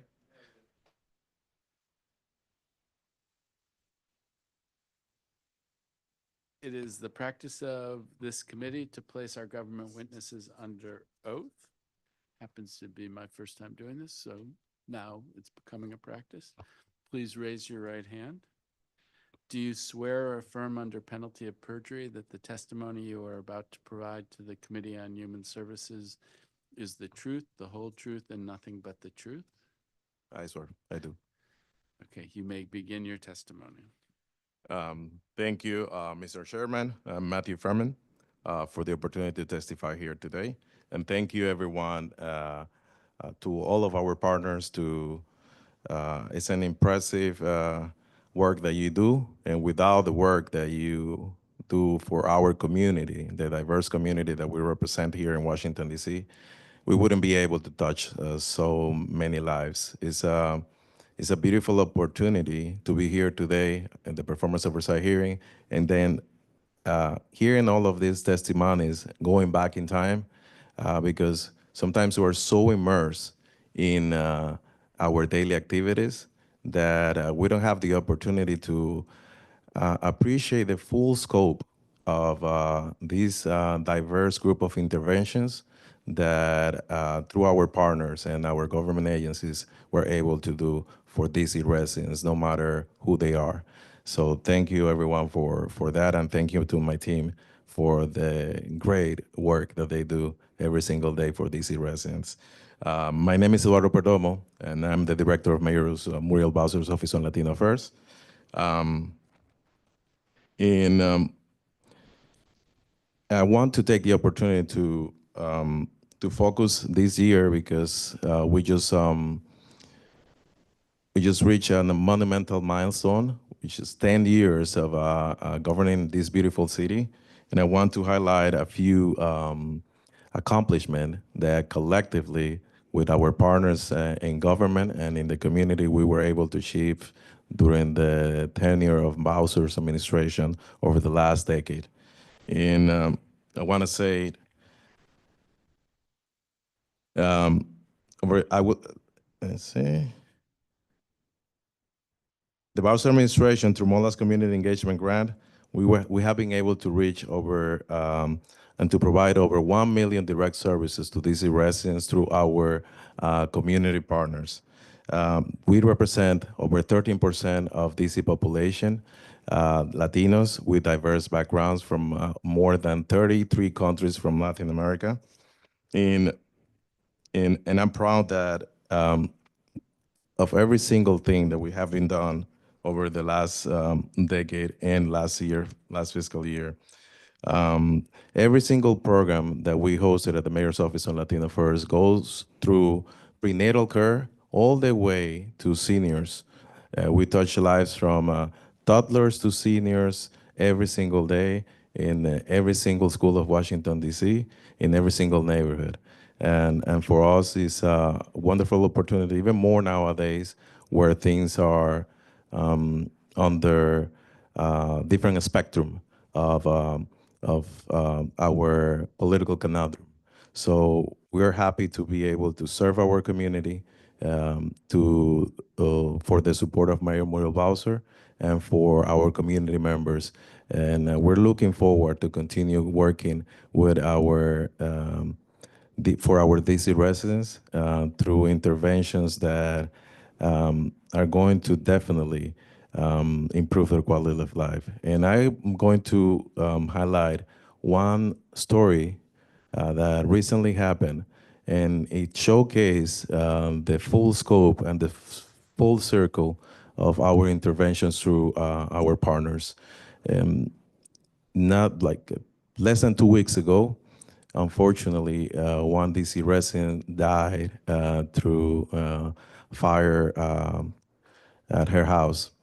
Before that, through the Mayor's Office on Latino Affairs and our community partners, this individual was one of the street vendors in Columbia Heights, and we were able to connect her with her first business license, and she was able to sell in Washington, D.C., and to portray her culture in Columbia Heights and do it without fear of repercussion and the proudness of being able to do it for the first time, legally abiding in every single aspect of our local laws and regulations. So she passed away. Her daughter was part of the Summer Youth Employment Program through our office. And unfortunately, her mom passed away, and she's orphaned right now.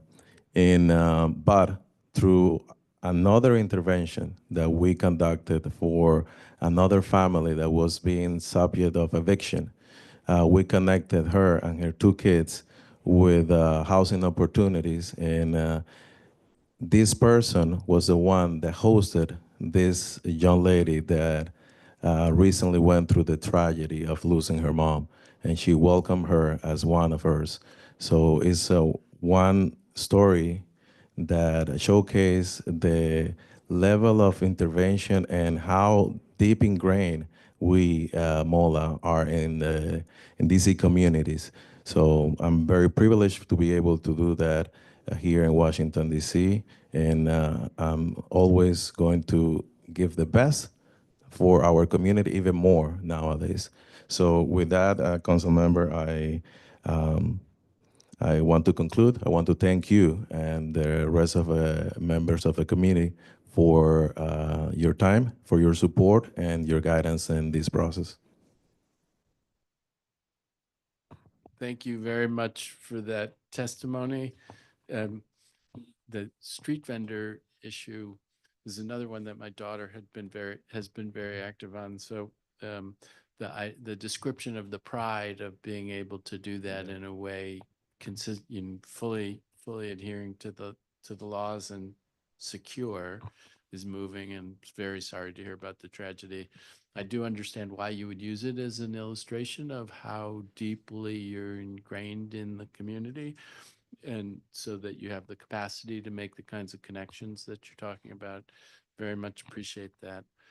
We've had a lot of testimony, all very flattering testimony. It's my job now to ask some questions about nitty-gritty things and try to make sure that I understand how the agency is operating. So you raised the summer youth employment program, and that's one area that I'm curious about. And I'm curious, how many slots do you have through the summer youth employment program? So we started this program and reinstated by Muriel Bowser in 2015. And since then, we have developed a strong partnership with the Department of Employment Services to amplify their citywide summer youth employment program. Every year, we receive from DOES enough support to include between 100 and 150 youth ages 14 to 24. In the greatness of this program, which I have very close to my heart, is that we connect these young people with opportunities that otherwise wouldn't be available for them. We connect them with theater productions. We connect them with leadership skills and programs in the community. We connect them with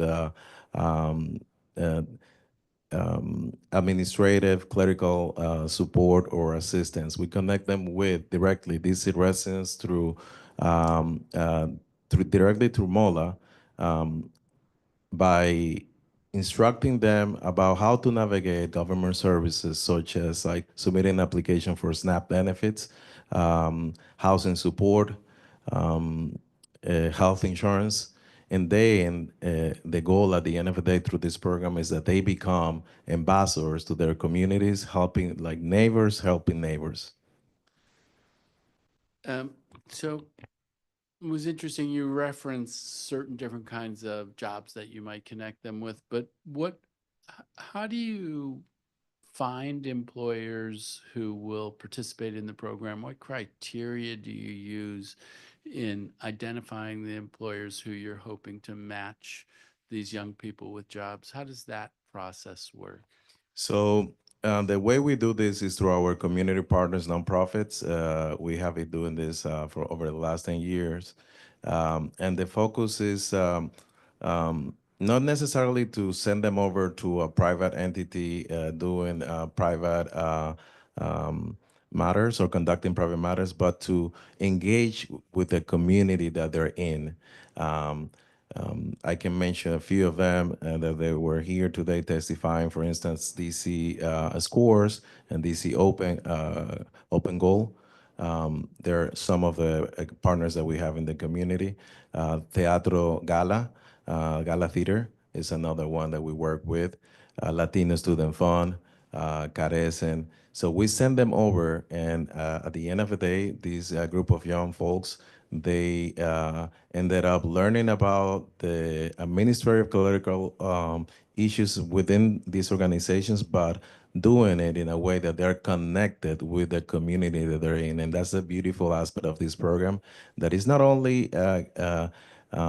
keeping them busy for the purpose of staying out of trouble, but making them active members of their community. We actually, what we put is we provide financial support to these organizations, usually between 6 to 10 organizations. We put a call for proposal, a request for application. It's evaluated by the agency, and then we decide over the funding opportunities. In we started a relationship with them. In addition to connecting these young folks with opportunities to serve their own communities, we encourage them to learn about financial literacy and scholarship opportunities for post-secondary education. So it makes me curious, what does a day look like for a participant in the summer youth employment? Is it that there's some portion that's set aside for educational things, but other portion, what does it typically look like for a participant in your summer youth employment program slots? So it's usually hybrid mode. They do training programs and also career exposure for workforce development. They could look like, for instance, in Gala Theater, for instance, they could go and learn about production aspect of conducting play, lighting, sound system, directing, writing, commercialization of the event. And at the end of the program, they actually launch or play, they conduct a play that they directed and they put everything together by themselves with the guidance of one of the trainers in Gala Theater. That's one example. Another example is young folks working with one of our community partners, City Blossoms, and they learn about how to put together a farmer's market. And they learn about the supply chain, they learn about commercialization, they learn about pricing, they learn about how to administer farmers market and everything that requires for a farmers market to operate legally in Washington, D.C. So it's interesting. The RFA, I think, focuses on how an employer might help the district achieve its goals and be a good steward of district funds, which all makes sense. But to what extent do you try to focus on what will help the student to achieve their goals? And to what extent do you ever have opportunities where you think, well, you know what, that would keep someone busy, but it wouldn't advance their development? Like, how does achieving the students' goals figure into your analysis of potential partners for the SYP program? So it's associated with the capacity of every partner in the community. It could be directly related to if we're developing a leadership program, for instance, we try to have with our partners a syllabus or a training that is explicit to the kids, and every program has a key performance indicator that at the end of the execution of a program, we go over and review the ability of achieving these goals. The main goal for all of these programs within the summer youth is to be able to connect them to different experiences. So at the end of the day, the main measurement is exposure to things that otherwise they wouldn't be able to see. For instance, last year, we started a relationship with the Shakespeare Theater, and many of our youth, they haven't even heard about the Shakespeare Theater, and having the opportunity, the exposure to be able to go there and actually to learn about the production aspect of such an important institution in our city is extremely important for us and for expanding their horizons and the prospect for a better future.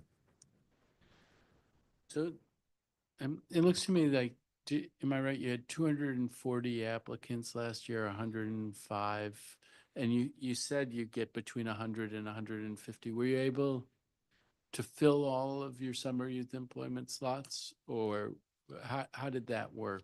So we usually support the organizations with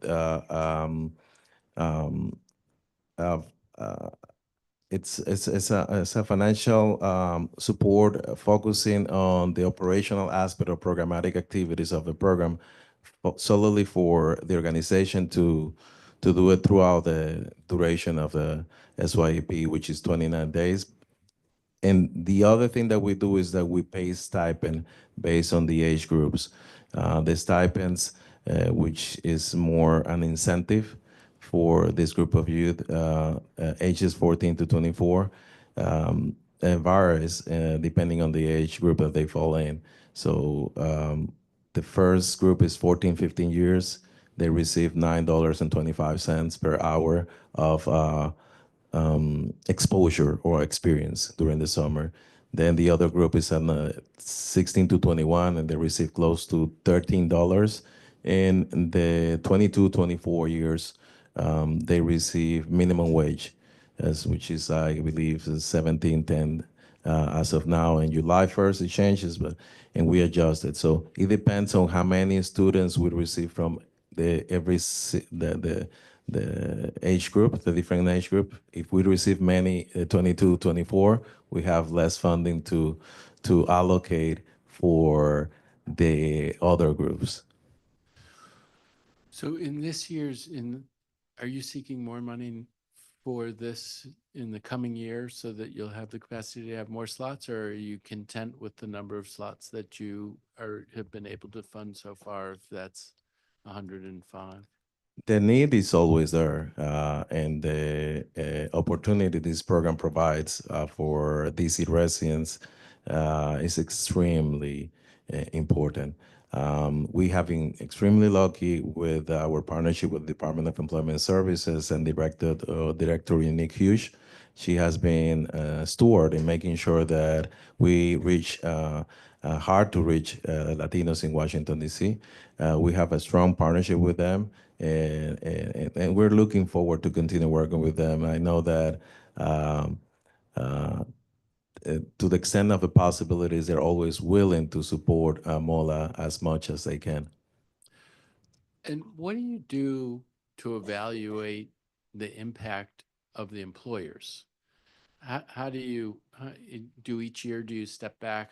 How do you look at that and make sure that it's working in all of the places that you're putting people? So we have the opportunity to engage directly with the youth every year. They come to MOLA for at least 3 different sessions in which we have the full attention, and we engage in a process of surveying their satisfaction with the programs they're in. The program starts with their exposure to a recruitment process. We call it career fair, and where they engage with government partners, community partners, and they learn about the potential programs that they might be joining, and they decide by themselves where do they want to go. So from the beginning, we enable them to be agents, active agents, and to decide whether they want to go to a theater program, leadership course / administrative program, or a farmer's market. For instance, they decide what kind of activities they would like to do over the course of the SYP. And then at the end of the process, you do an evaluation with them of what they thought of their experience, which then gives you visibility into how the employers were doing. Is that? Yes, precisely. And in fact, this is something that started with the prior director of the agency, Director Jackie Reyes. We conduct at the end of the program a mock hearing in DC Council. We promote the idea of being active members of their community at all levels. And they come here to the council, and they role play like council members and constituents, and they talk about the issues within the program, and how do they would like to see the program improve, how would they like to see our partners do better for them, just like we're doing here right now. Maybe I should watch their hearing. So let's pivot to the Latino Community Development Grant Program. How much money was in that program last fiscal year? For the funding was a little over $1.5 million. And how do you assess the economic impact of the organizations that participate in it? What sort of evaluation system, or how are you tracking that? It's very tricky because, as you've seen, we have a wide range of programs that we support throughout the community. But let's say that we connect the young folk with after-school program opportunities, one-on-one tutoring classes. One way of doing this is to determine whether how much will tutor in the free market cost to this kid. And then, for instance, like, okay, let's say if it's $50 an hour, and one of our beneficiaries of these after-school programs hosted, like engaged for 20 hours with a one-on-one tutor for math classes. We can then determine like the rationale between dollar invested by our taxpayers' dollars through MOLA and the benefit return through this intervention with our partners. Another way, for instance, is legal counsel for the elderly. They raise and share the story of one individual that's a senior that they assisted with the process of increasing their SNAP benefits. And we provide them, I believe, between $20,000 or $30,000. And at the end of the day, to the cumulative return on social benefits that they were able to obtain through this grant, we can do the rationale behind and between dollar invested and dollar return through this intervention. And do you ask them to provide a report of describing the impact that they? Yeah, we do have quarterly reports every year, monitoring site visits for the administrative aspect of the program. In terms of if the dollars that we awarded are being spent according to what was agreed at the beginning of the fiscal year. We have work plans, key performance indicators, and through these monitoring site visits and reports, we're able to assess whether the initial goals were achieved at the end of the programs. Wonderful. I was struck when I looked through your answers, like page, a lot of different organizations getting grants, and some, 10,000, 20,000, some bigger. And I thought I saw a $95,000 one. So it is interesting and a thing. And I hear you almost acknowledging like it's a value to be able to support lots of different places, but also becomes a challenge in monitoring. And your grant becomes one of many, I would think. If you give a $10,000 grant, whatever the organization is, that can't be the only thing that they got. Otherwise, they wouldn't be able to. But one category of grants puzzled me a little, which was there were law firms on the list. And I'm curious, what was it that those law firms were going to be able to do under this grant that they might not have been able to do with an IJLS grant? Maybe the law firms that you might be referring to are part of our community partners that work with our ILS partners. We also conduct every year some legal clinics, pro bono legal clinics from like private law firms comes and they provide support, support to the entire community, not only Latinos, but any immigrant looking for support services. Okay. How does it work in terms of somebody applies for a grant, you approve the grant, do you deliver the dollars and then they give you the purchase orders, or how does the mechanics of that work?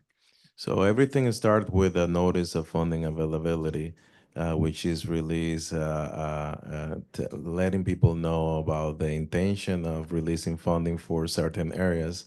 After that, we release the request for applications, and then our constituents, our partners, they submit applications. Potential applicants, they submit their applications, and they're reviewed by the first stage by external review panel.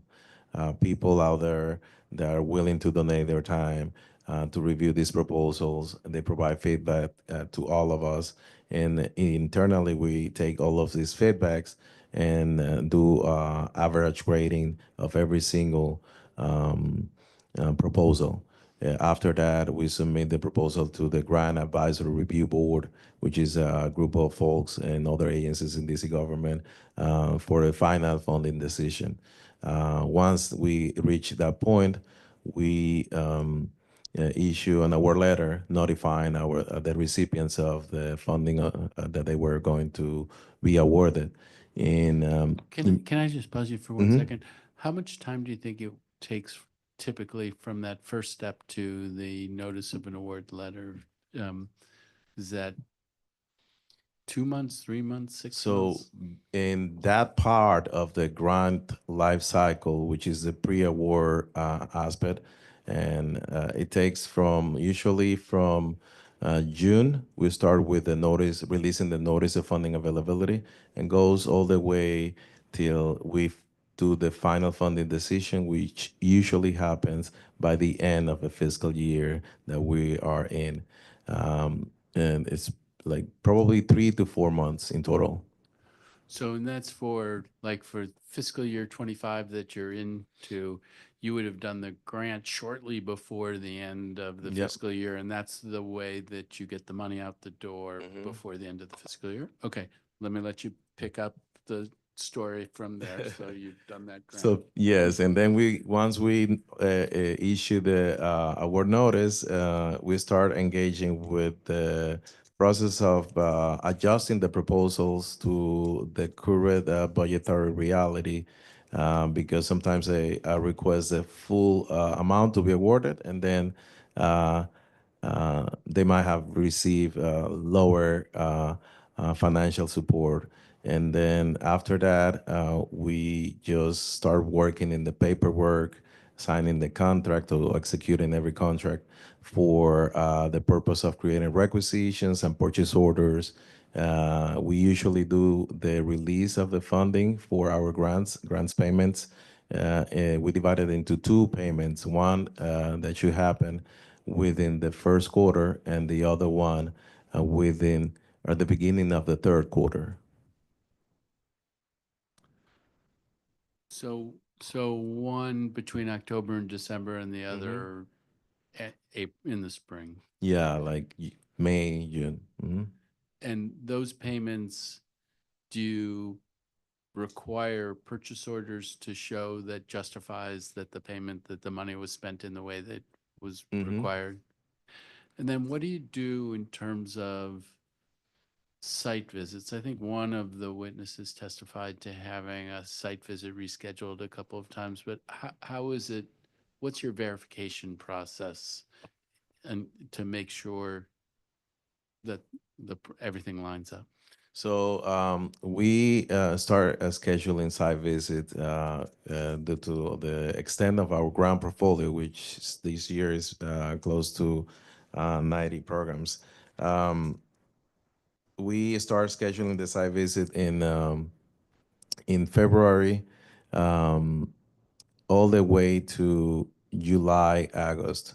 We send out notice of a site visit, letting our partners know the areas that we're going to be focusing. Usually we focus on the programmatic activities and the goal attainment, the financial aspect of the disbursement, whether they are fulfilling everything that was stated, and if the funding is being spent accordingly to DC law and regulations. So that's like the extent. The final aspect of the site visit is focusing in providing technical support in case that our community partners need. For instance, could be talking about rearranging or like their budget because something happened during the program that they were not able to conduct the activities as a force initially foreseen. So in that area, we immediately work them and walk them through the process of executing the request of reallocating fundings for a certain area. Just to think about 2020 when we didn't think that we were going to be subject of a pandemic. Everything that was planned before had to be readjusted. The life of everybody was disturbed in a way that we haven't seen in more than 100 years. So we have to readapt at that moment and help our partners to readapt to the current needs of our communities. So, I mean, I think the testimony was that for one organization, and I think it was DC Safe, that it was rescheduled 3 times. Is that an outlier, or does that kind of thing happen with some frequency? And if it's an outlier, any sense of what happened there, why that would have been the case? I have to look in the specific of this particular case, but generally speaking, the site visits are conducted efficiently and swiftly through our grants team, comprised by 2 individuals, Ricardo Espitia and Diana Perdomo, and with the support also of our Director of Operations, Cristian Salgado, and even myself. Sometimes I participate in this group of activities when it comes to programs that need additional support from the agency in terms of helping them to improve their performance or expanding their operations in the community. So it don't usually happen that we are not on time with conducting site visits, but it's something that I'm going to take a look at, that a specific case, to avoid that to occur in the future. Okay, thank you very much. I'm going to move to another subject, the Latino Community Engagement Grant and the Ambassador's Agenda initiative. I guess it trains and deploys ambassadors who will be neighbors helping neighbors, providing information about government and nonprofit resources available to DC residents. And grant recipients are eligible for up to $150,000 in funding. Describe to me how that program works and how you measure the effectiveness of that program. So since we don't have since the Summer Youth Employment Program is only a summer program, we had to find and look into ways to engage with our young folks in extending their ability to stay engaged with their communities throughout the year. And that was when we created the Ambassadors Program as a way of staying in touch with them. And the way it works is that we place these young folks in the local community-based organizations, and some of them, they even help us with outreach efforts in the community. We are a small team, but the almighty, and working all the time very hard for DC residents. At the end of the day, basically we train this group of young folks in understanding the different services that DC government has and services that community partners they have also as well individually. And it's one of it's a great program. Just to give you one example of what we were able to achieve through this program over the years. And during COVID times, we had to engage with we have to respond to people calling into the office at the beginning of the pandemic in 2020 for people calling for various things, but one of them was unemployment insurance and how to navigate the Department of Employment Services unemployment insurance claims. This group of young folks, they helped us to engage with over 1,000 cases that that successfully learn about how to do the unemployment insurance claim, how to get in contact with food banks, how to get in contact and learn about where to get tested. Every year, we have been doing a variation of a program depending on the needs in the community. Immediately after we did that with them, we worked in helping people apply or submit applications for the state EC program, which at that moment had $354 million, but not everybody knew how to navigate and submit an application. And it would have been a shame for us not to assist our constituents in making sure that they get the money to provide them with the peace of mind they deserve in regarding paying the rent. So how many ambassadors might you have at a particular time? We have, I believe, right now, less than 6 for the entire year. For the entire year? For the entire year. And is that under a grant that's funded with 150,000, or is that multiple grants? It's multiple grants, yeah. So there's multiple grant. How many grants for 150? No, that's like funded like with the like if an organization, which I cannot recall, got like 150,000, probably less, is several organizations are part of the program. And at the end of the day, a group of young folks that receive a stipend, it's a small stipend because some of them are in school, some of them are in college, but it's a small stipend that keep them engaged with the different kind of activities. And so what is it, how does it work in the day-to-day? Is it a young person who goes to school and then after school goes to this organization and works for 2 or 3 hours Yeah. at that organization? Yeah, it could be like that, like maybe 10 hours a week, or can help us, the organization, with during the weekends for outreach activities, or can assist MOLA over the weekend in outreach activities as well. And so then it all adds up to $150,000. Yeah. It's not multiple grants. Yeah, It's 150,000. it's only 150, yeah. I see.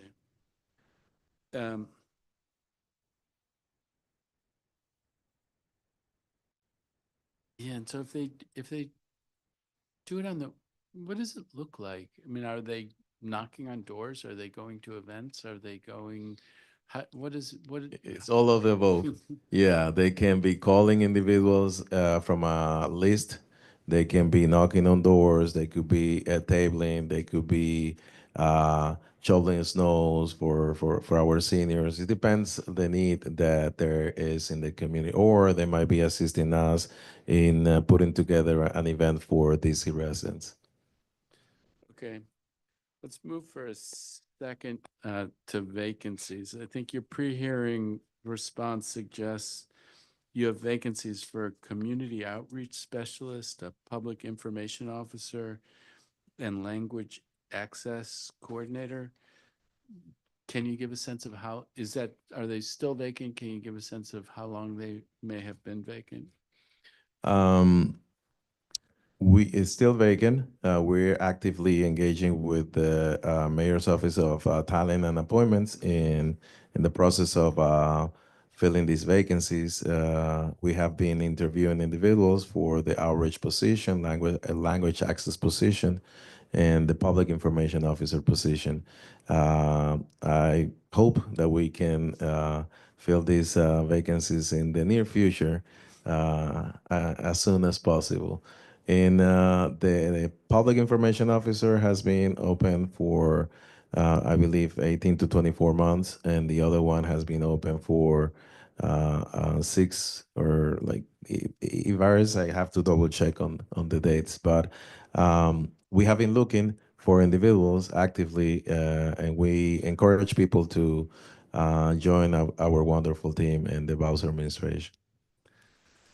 Yeah, I saw that 24 months. I mean, how could that happen? Why has that happened? It gets difficult because one of the things that we have been doing in MOLA is that we never close our doors, even throughout the pandemic. We were providing in-person services, and not everybody was willing to go into the hybrid mode or opportunity to work from home versus working in person, engaging with people. And not even in 2020, we closed the agency. We were in there face to face with supporting DC residents. And in the near past, many organizations were providing individuals with the opportunity to telework.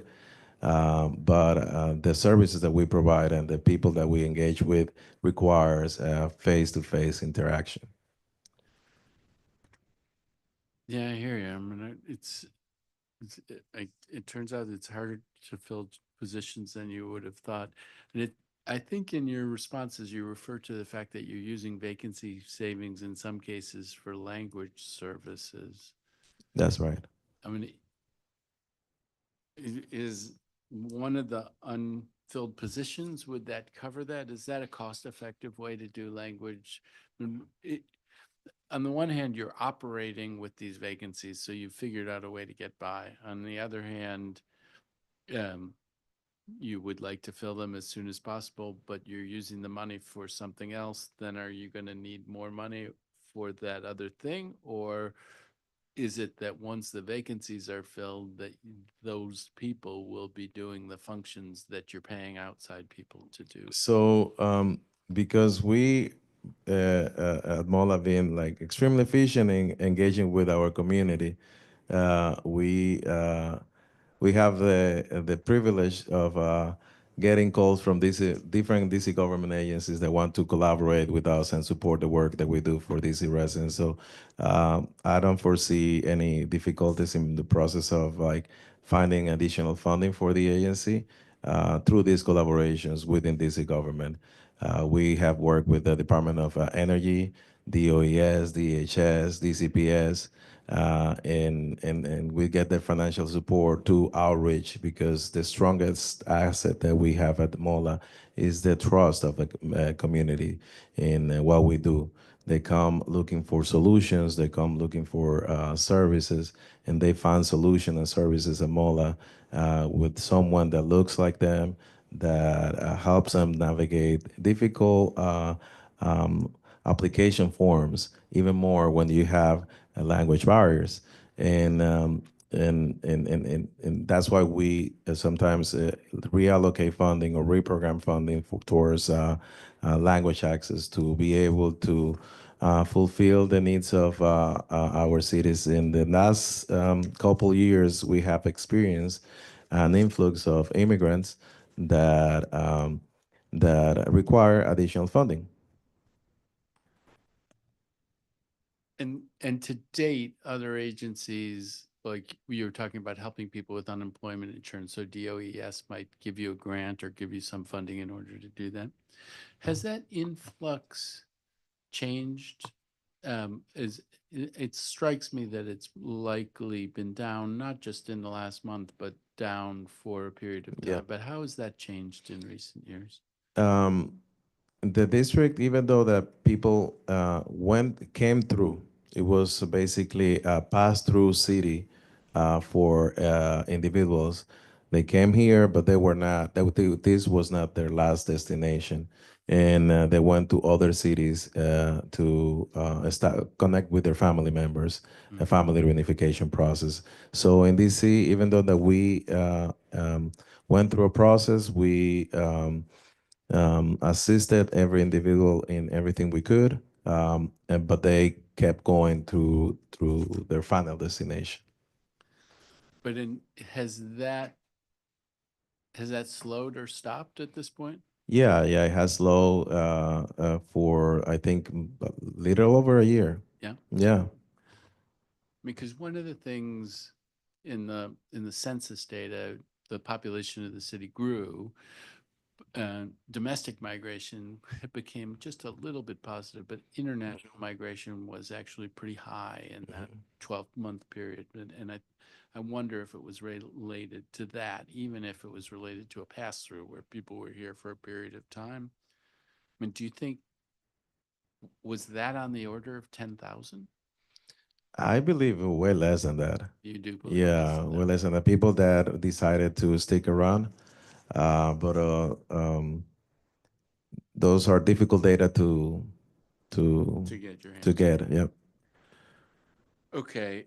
I mean, it does make, there is in your pre-hearing responses, and I'll study them more, a decent amount of money that's coming from other agencies. And so I guess that I'm going to look at that through the prism of what you were describing, of how you may be able to support their mission. You may have the expertise, better for them to work through you and transfer money than to hire a new person who would be less skilled and less connected in the community. Okay.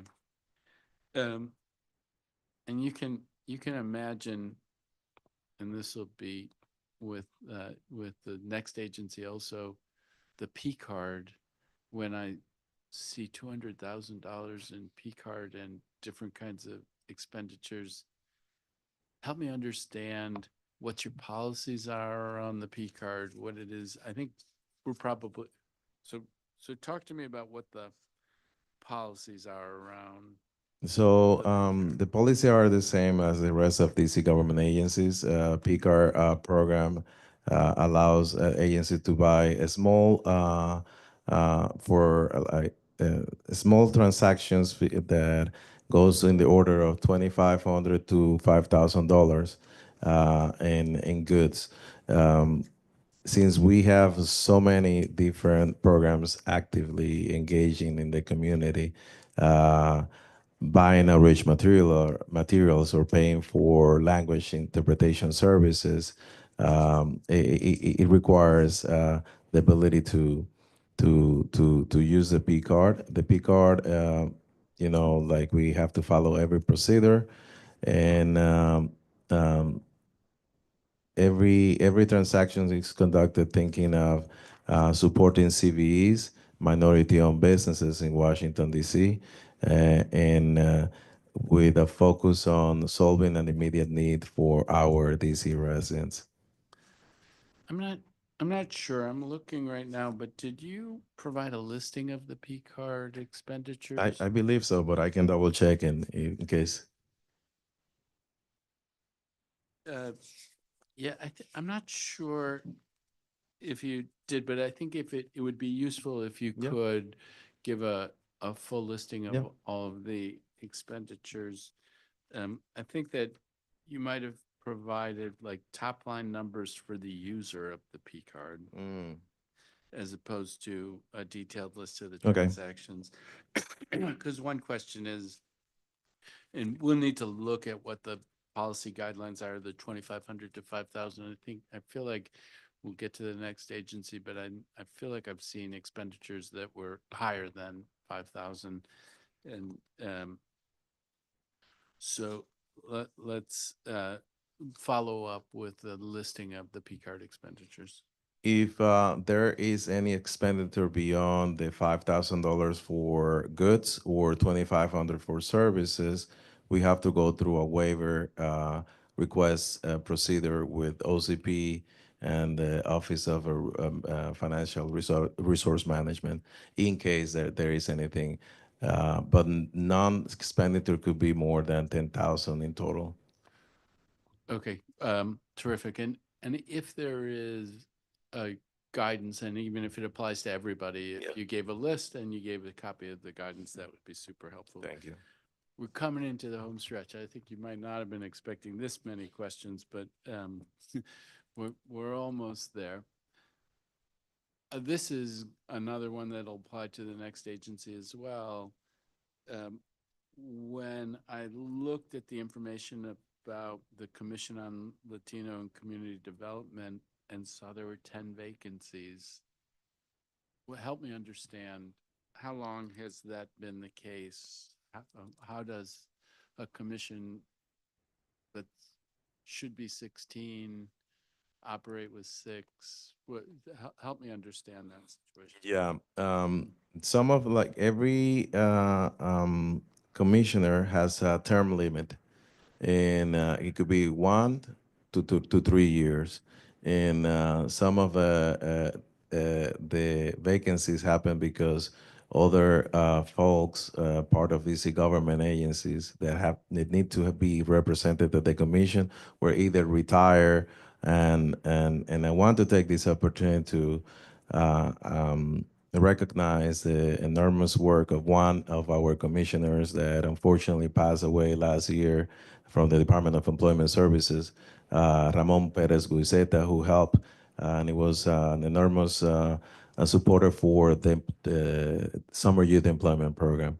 But many individuals is either the term expire or they decided to not to work or retire from DC government. So we're actively engaging with our community in the process of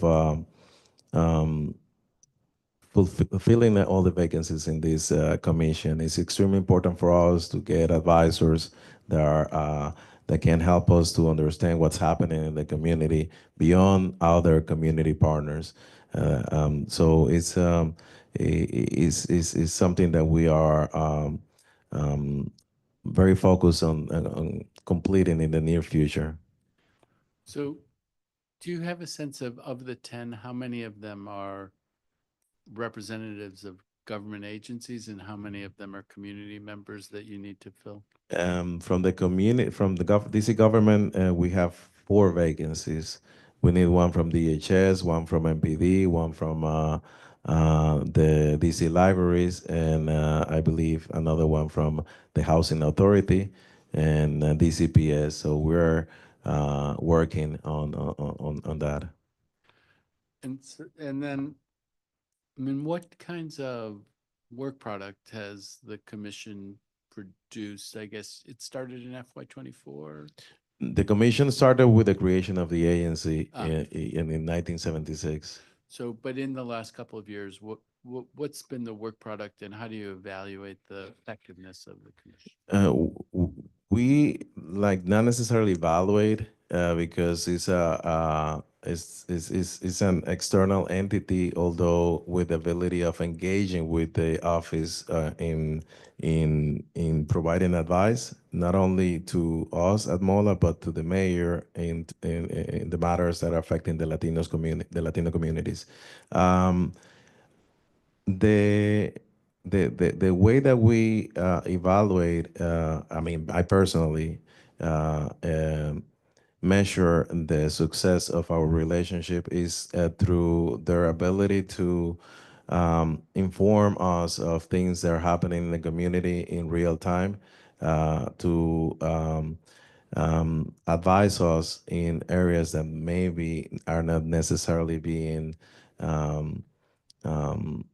seen by all of us, and that sound advice is the way that we primarily engage and assess their value.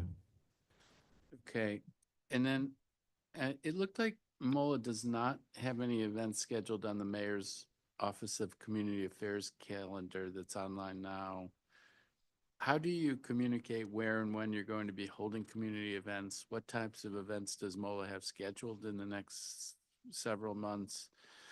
And is it that there aren't going to be events or they're not reflected on the calendar? How can we address that? We have to address uploading the events into the calendar. And we do have events. We have one event that is coming up next week. It will be next Friday with the recently inaugurated National Go-Go Museum in Anacostia. We're doing something cool that we started long ago, Black and Brown. From salsa to go-go, the intersectionality between Afro-Latinos and Black Washingtonians. That's happening next week. Also, we are doing something with our community partners in March, several things related to the Women's Month, History Month.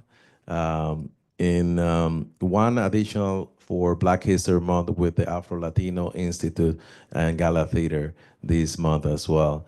In April, we're going to have a tax clinic preparation, the Summer Youth Employment Program recruitment process, and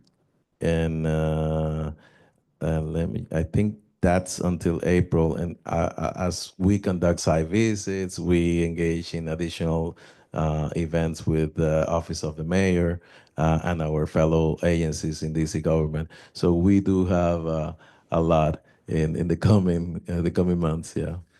So I will encourage you to upload them. Yes. You're not alone on that. That's going to come up in a minute too. Say again on the go-go salsa, where is that? So it's going to be in the Gogo Museum in Southeast Anacostia, and it's is an opportunity to showcase the connections between Black Washingtonians and Afro Latinos. Chuck Brown, the father of Gogo, used to play in a Latino band before he played Gogo, and then like that's an opportunity to engage with different communities and to showcase that we are closer than we think.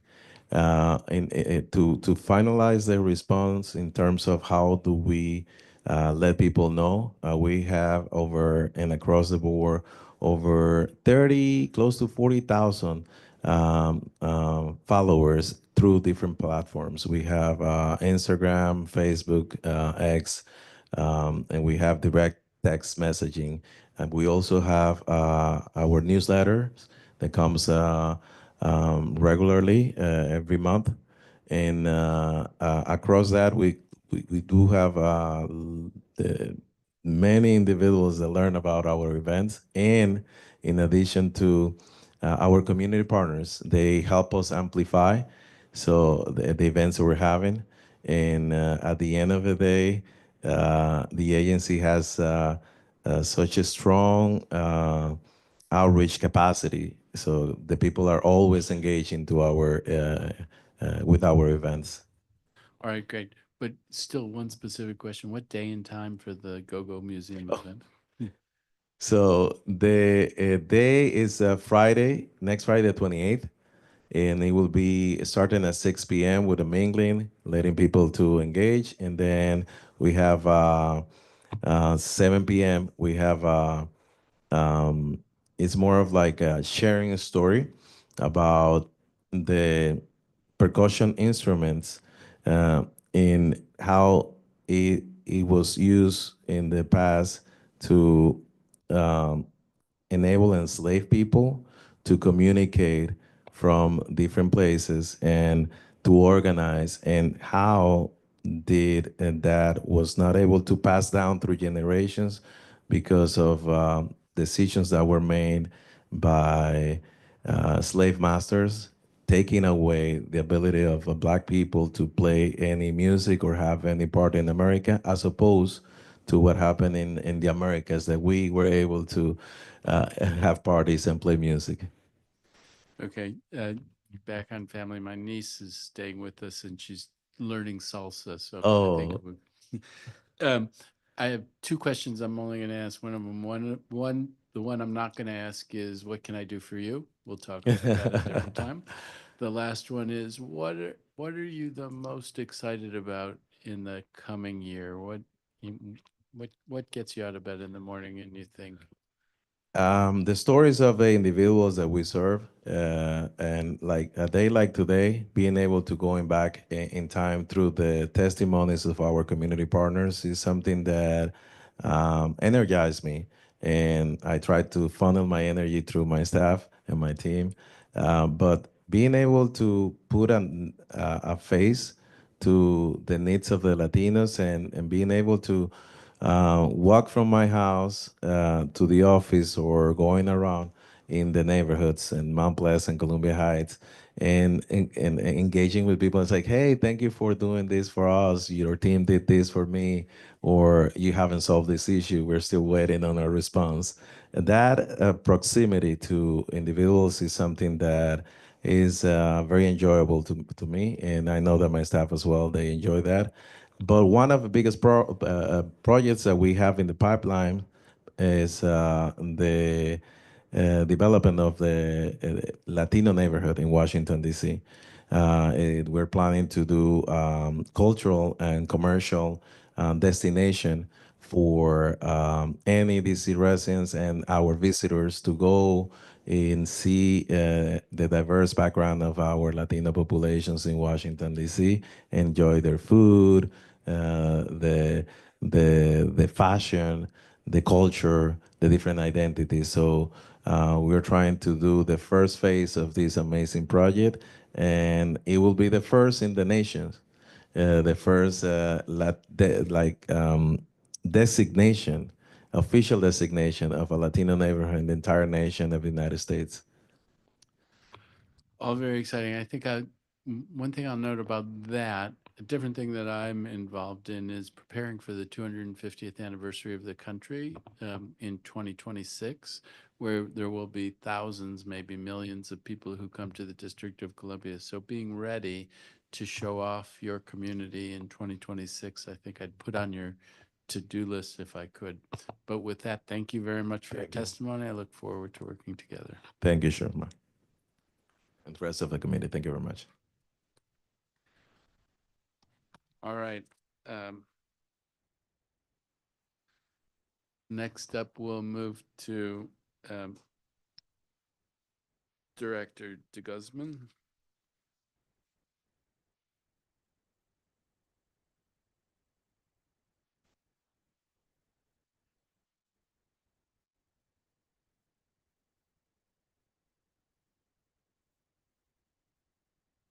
Good afternoon, sir. Good afternoon. I like that jacket. Thank you. So it's the practice of the committee to swear in government witnesses. So can you please raise your right hand?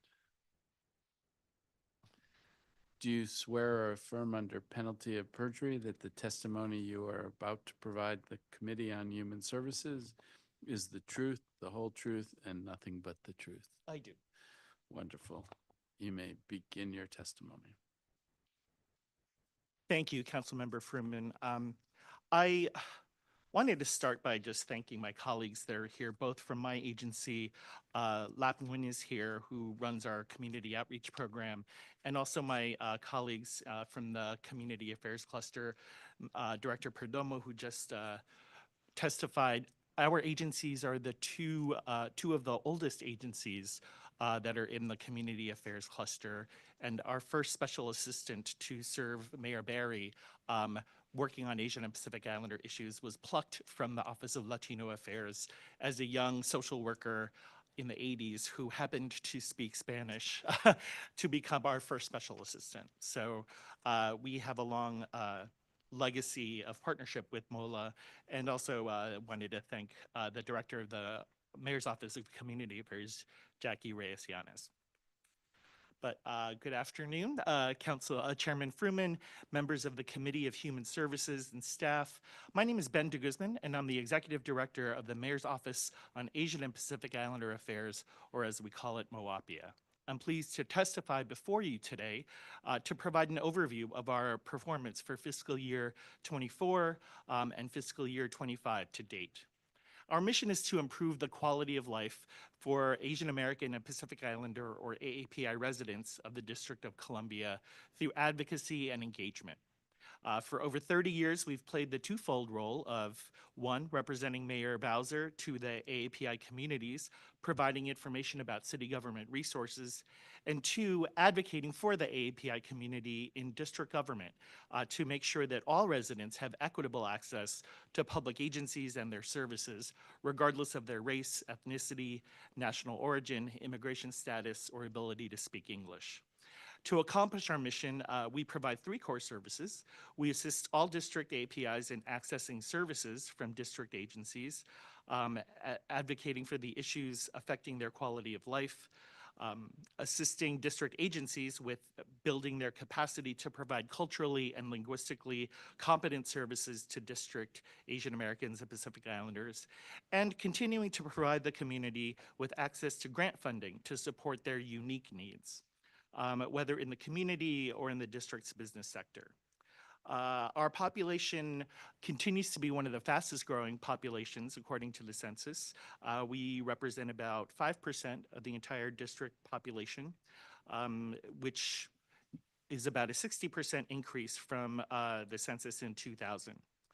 We're concentrated mostly in wards 2 and 3, although we obviously have presence in all 8 wards, and that number is growing across the district as well. We have a number of Asian-owned businesses that we serve and represent. There was a 15.4% increase in the number of businesses compared to 2007.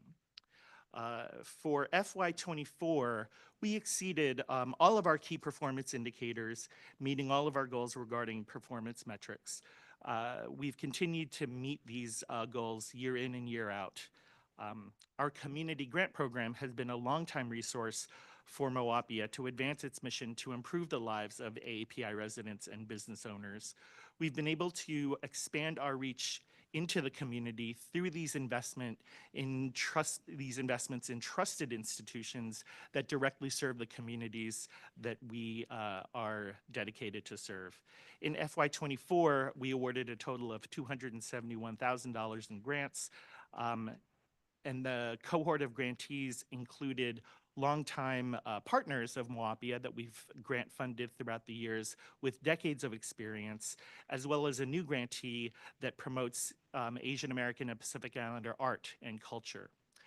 Outreach to businesses and residents has been part of our programming throughout our 30-plus year history.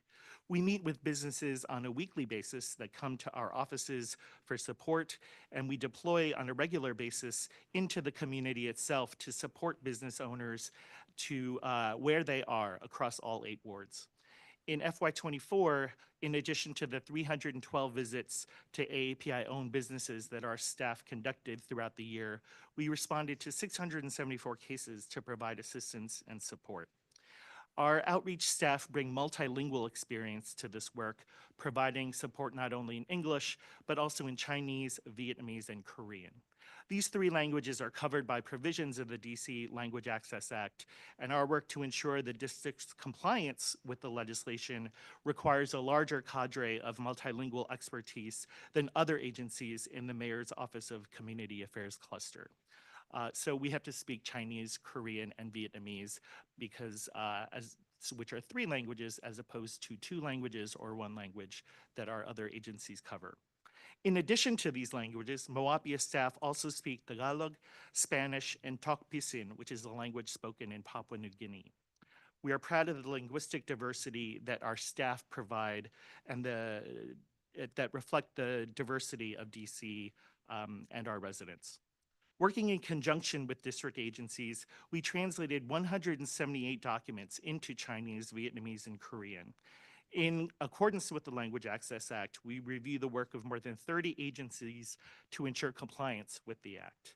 Working across generations, we translate outreach materials for our summer youth employment program and encourage youth to apply to this long outstanding program. With longtime staff departing and new staff onboarding, we experienced a number of transitions in FY24, and new challenges present themselves, and we're excited to take on these challenges. Chinatown has become a central focus of much of MOAPIA's work in supporting the mayor's initiatives to revitalize downtown. If we think about the Chinatown Arch as a gateway, it works in 2 directions. On one hand, it's both a gateway from downtown to Chinatown, and at the same time serves as a gateway for Chinese American and AAPI communities to the broader downtown and the district as a whole. The mayor welcomed the Lunar New Year of the Dragon in FY24 by participating in the annual Chinatown Lunar New Year Parade in February 2024, as she's done every year of her administration. The very next day, she returned to that same block in Chinatown to open the first ever safe commercial corridor hub in the neighborhood.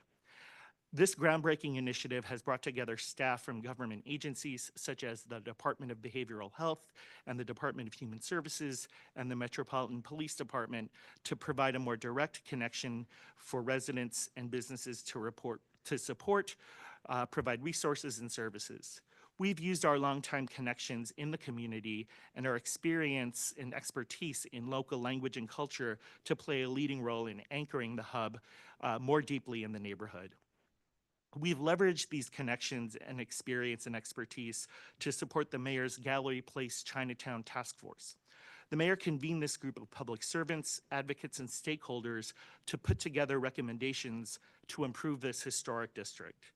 MOAPIA helped connect the task force to legacy organizations, businesses, and resident-serving organizations to provide linguistically competent education, community education efforts to make sure that the task force is best able to communicate with the community and that the community is able to provide recommendations to the task force. In the closing days of the fiscal year of 2024, we partnered with the Department of Small and Local Business Development, DSLBD, to kick off their Dine All Night program with an Asian pop-up night market to kick off Dine All Night. Downtown Bid also supported the event, which brought thousands of attendees to sample wares and cuisine from 10 vendors in our Chinatown Park. Participants were also able to enjoy cultural performances and a public art installation. The task force solicited many recommendations calling for a night market. It's been a big to-do list on many folks' agenda, and MOAPIA is proud to have led the district's first project from city government based on this feedback, which will lay a foundation for future similar activations. Our Commission on Asian and Pacific Islander Community Affairs has long been a partner with MOAPIA in building community. Bringing together committed residents from across the district, representing a diverse array of interests and perspectives, the Commission has been a key partner for MOAPIA, including providing insight to the needs of all the API community in its diversity. Our Pacific Islander Subcommittee, for example, has been particularly active in ensuring that this often overlooked constituency is able to engage with the mayor's office. In June of 2024, MOAPIA was able to secure a mayoral proclamation recognizing King Kamehameha Day, an important cultural observance for the Native Hawaiian community. We presented this proclamation at the lei draping ceremony, which happens annually at the statue of King Kamehameha in the U.S. Capitol Visitor Center. DC is proud to be the only location outside the islands where this long-beloved ceremony is held. For the past 4 years, our subcommittee serving Pacific Islanders has also worked to provide a mayoral proclamation recognizing Guam's Liberation Day, which is a key holiday for the island territory. We've shared information about historical events and activities that we participate in during FY24 through our active social media platforms. Over the course of FY24, we've experienced growth across these platforms. Our social media platforms are a vital way that we get the most current information about city government, emergency updates, and first responder information out to constituents, especially to those that don't speak English. I'm proud to work in partnership with Mayor Bowser and your committee in helping write a new chapter for DC and for our Asian American and Pacific Islander community. Our team stands ready to work with you in service of all of our residents and business owners in pursuit of common goals. I submit this testimony to the City Council, and I'm happy to answer any questions that you may have. Thank you. Thank you very much, Director Guzman. I'm going to start where you started, which was the Asian Pacific Islander Community Grant. And it seems like a broad mandate. And how were the contours of the grant developed? What kind of selection criteria do you use for the grants that you give?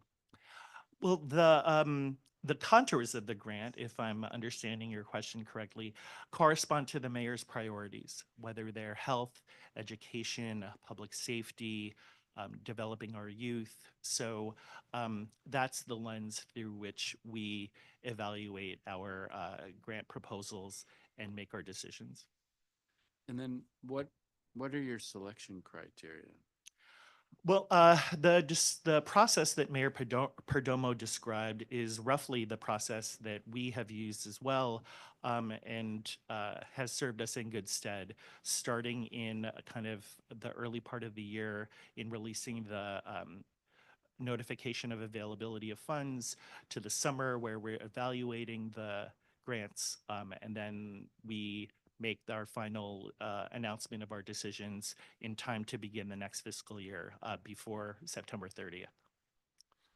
And then is it similar that your first payment might be in the first quarter of the following fiscal Exactly. year? And then, Yes. so have you been making payments for the FY '25, or where are we in that process now? We are getting those out now. I would have to confirm with my staff the exact process in terms of the invoicing and the check cutting and so forth, but But we're in that's starting, that first payment would be starting around now, or maybe has Yes. been happening, and then, can you give me some examples of the grants and how they achieve the goals that you're talking about?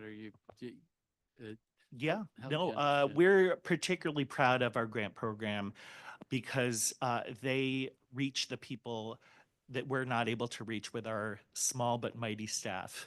So for example, the Asian Pacific American Legal Resource Center has been around for almost 30 years, providing legal resources, legal services to our community. So they are part of the Immigrant Justice Legal Services Grant as well.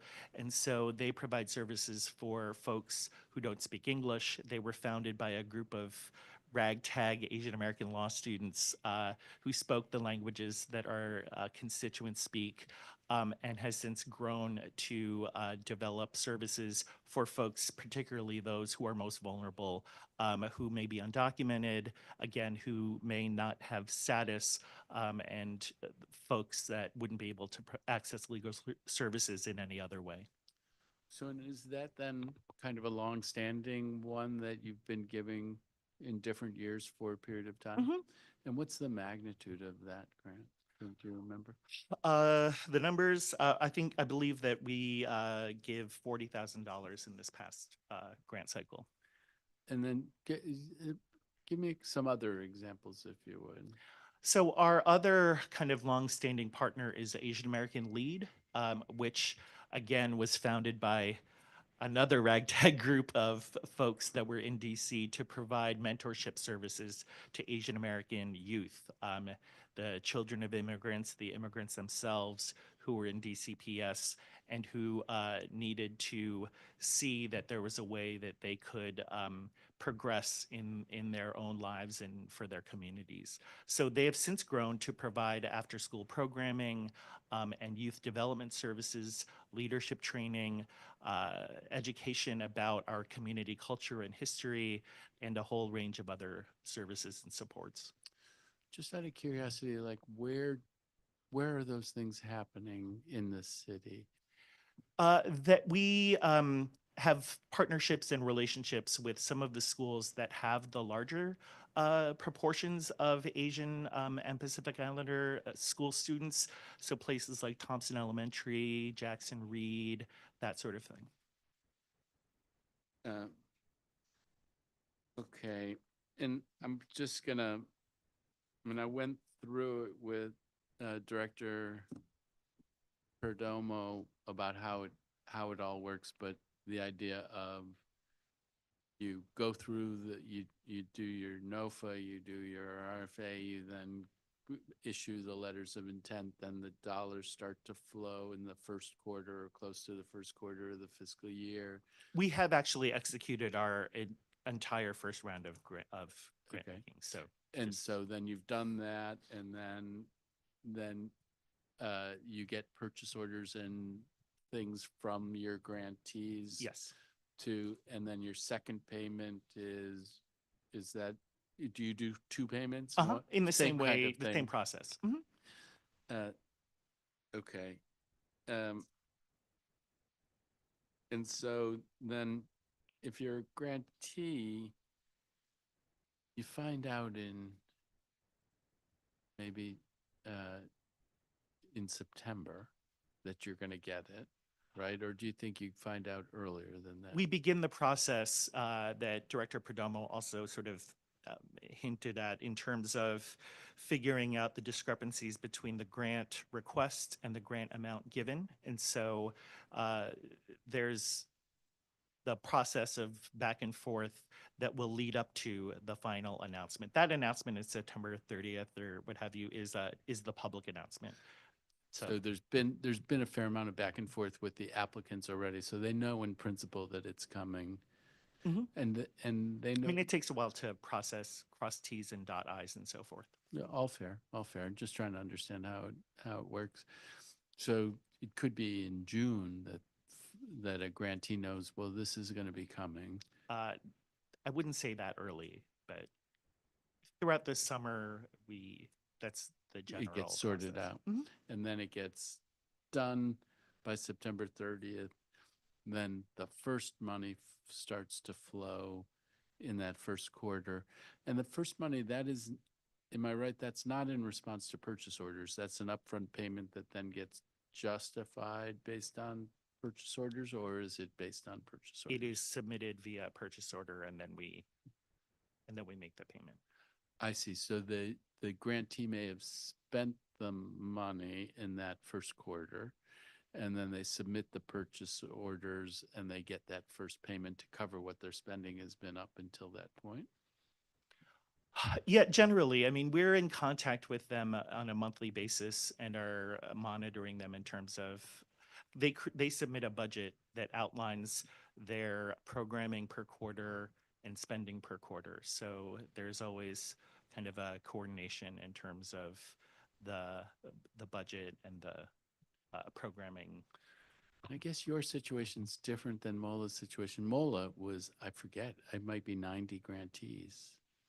Yours, how many grantees do you have? There are 13 for this current fiscal year. So it's a different management issue when you have 13 as opposed to when you have 90.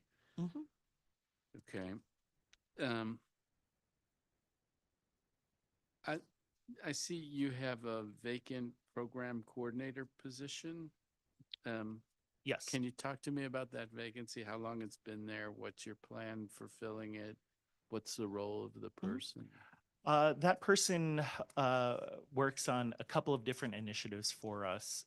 They are part of the grant team that helps administer and manage our grants. They also help coordinate our language access program, so coordinating the translations and interpreter support that we provide for the agencies and in the community. And yeah, those are their two sort of primary roles. And how long has the position been open? Couple of months. And out in the world trying to get applicants at this point? We have been, we've been actively working with MOTA to fill that. We also have another community outreach position that we're also looking to fill. And do you post on your own, or does it go through MOTA? Or MOTA posts on their kind of, they have their own process and different access to different resources. We do our own posting as well and communicate with our stakeholders, our friends in the different embassies. Because we have such a high level of burden in terms of language access, as other people have said, it requires a unique set of skills. And so sometimes those skills are harder to recruit. And so, but we, so we've been promoting and getting the word out to fill those positions. and if you find somebody, you go to MOTA and you say, this is a person who's of interest, and then does MOTA have to sign off? Or? The Mayor's Office of Talent and Appointments, as we're an executive office of the mayor agency, so MOTA is the official agency that handles our hiring.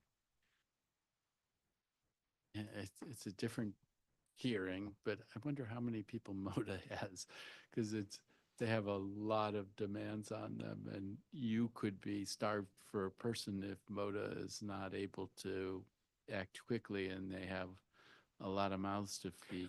We've been fortunate in the sense that we've been able to, we have gone through lengths of time where we have been less staffed, but we have a really great team in place, and we're grateful for the support that MOTA has provided. They've kind of leveled up in terms of how they've been able to support us.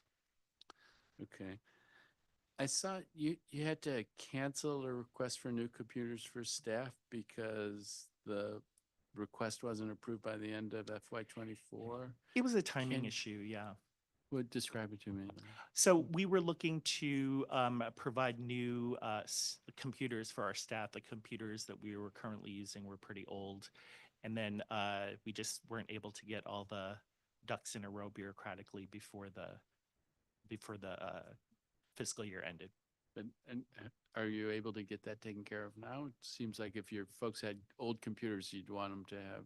new Yeah, com- no, so we are sorting it out now, and yeah, so we've got it handled. Okay. There were a couple of grants where there were redactions. I mean, if there's redactions, I guess it's something that you don't want to talk about publicly, but I was surprised to see redactions. Can you help me understand? Well, there are times when the work that our grantees do is of a sensitive nature. So sometimes there are situations where they have, they may be dealing with minors, or they may be dealing with vulnerable issues that are of a sensitive nature. So I don't have I don't have the redacted material in front of me, but given the nature of what we do, that would. And it may be if there's a redaction and the idea is that it's a thing that you don't want to make public, I think that I will follow up with you in another setting at some point to ask about it.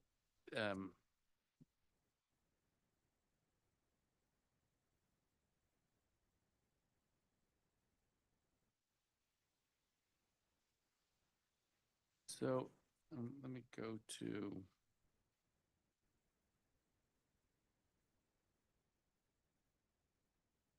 question 51. Yeah, the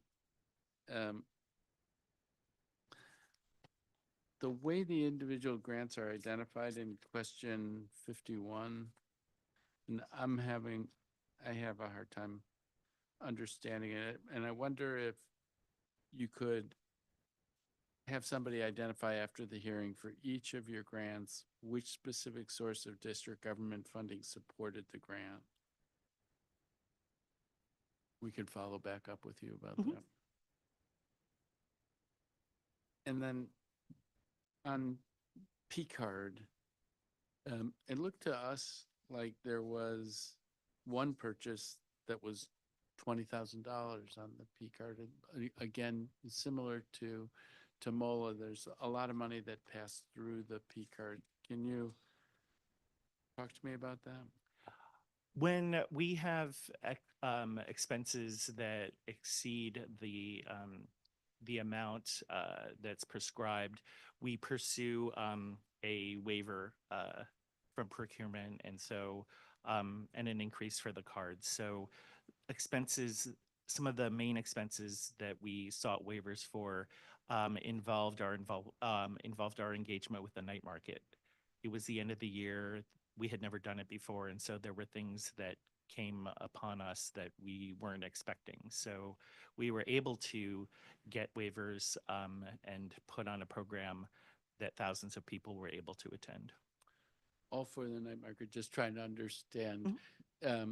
So that could be a thing you're doing for the first time. Maybe you need to rent a tent and it's $20,000, and so you need to get approval to do it on the P card. Otherwise, you can't have the event. I mean, another thing about that, when you get such a waiver, when it's a procurement between 10,000 and 100,000 or over 10,000, I think there's the expectation that you'll get 3 bids. Does the waiver also allow you to not have to get 3 bids? As I understand it. Okay. And then, so I guess if MOLA provides me the policies, then what you sort it out between you, who will provide the policies. I'm still the same kind of thing. I am curious about this. This is new to me, and so I'm trying to understand how this P-card stuff works. So if you can give a list of all of the P-card expenditures and where it's one that required a waiver, an explanation not long, not a treatise, but, end of the fiscal year, first time we were doing this kind of thing, that would be helpful for me. Can we do that? We've sent you a list of the expenses, but yes, we can provide. And you. annotate it where there's things that have gone over. And you use the P card for PayPal a certain amount. Help me understand why why you would go through PayPal as opposed to just a direct payment. It's for a lot of the folks that provide services for us in terms of our cultural events. So often these are smaller businesses, and it is the best way to get them their support in an expedited manner. Okay, so, it may well be that once we get that list, I might give you a call and try to go through that list, focusing on a couple that jump out. I'm not sure I want to do that here, but this is an area, it may be, totally plain vanilla. It's just new to me. Mhm. So I want to get to understand it. You were talking about the mayor's plans for Chinatown Gallery Place, and we did have testimony, and you heard the testimony. I'm curious about to what extent is the community being engaged in the thinking about that, and how are we lifting up avoiding displacement in that process? I'm curious your perspective on that. Yeah, we take it as our personal goal to make sure that the task force and any other instance of interaction between city government and our residents reflects the deepest engagement of our residents. So one of the members of the task force is a longtime member of the community. Her day job, she runs the senior adult care center at Wall Luck House. And has been part of the leadership of organizations like the Chinatown Consolidated Benevolent Association, which you've heard made reference to from previous folks. We helped identify different stakeholders in Chinatown for some of the different engagements and community interactions that the task force initiated. So, for example, when they brought restaurateurs together, we made sure that the restaurateurs who had been around for a while and those who were new to the neighborhood, but who were deep in our community elsewhere, were able to be part of that conversation. And then we had a specific engagement where we focused primarily on the longtime stakeholders and residents of Chinatown. Yeah, I guess from a distance, it does feel to me, I've been here in 40 years, that Chinatown has changed. And neighborhoods change. That happens. There are places that were once one community and then they're not, and then they're a different community. But what are the efforts that are being undertaken to try to preserve the cultural identity of Chinatown? Yeah, I have been here for a long time as well, and I've seen sort of the ebbs and flows. I would say that our community in Chinatown is on an upswing. I think that the ability for things to happen like Wall Luck House to be able to work with the mayor to own their own building has been something that is now part of the affordable housing regime. I think that the influx of programming and businesses, the addressing of public safety issues. Our Chinatown, the entire district went through its own discussion regarding public safety, obviously, and Chinatown was a particular locus on that. So doing things like the Chinatown Safe Commercial Corridor Hub was an effort to increase the level of engagement between city government and our businesses and residents there. And they've really noticed that. So crime has gone down, but more importantly, the businesses and the residents feel seen. And so their feeling regarding the public safety has improved. We have a lot more work to do, but it's encouraging to see that folks are partnering with us. No, I hear you, but I think what I'm thinking about is like bigger gears of change that are happening, and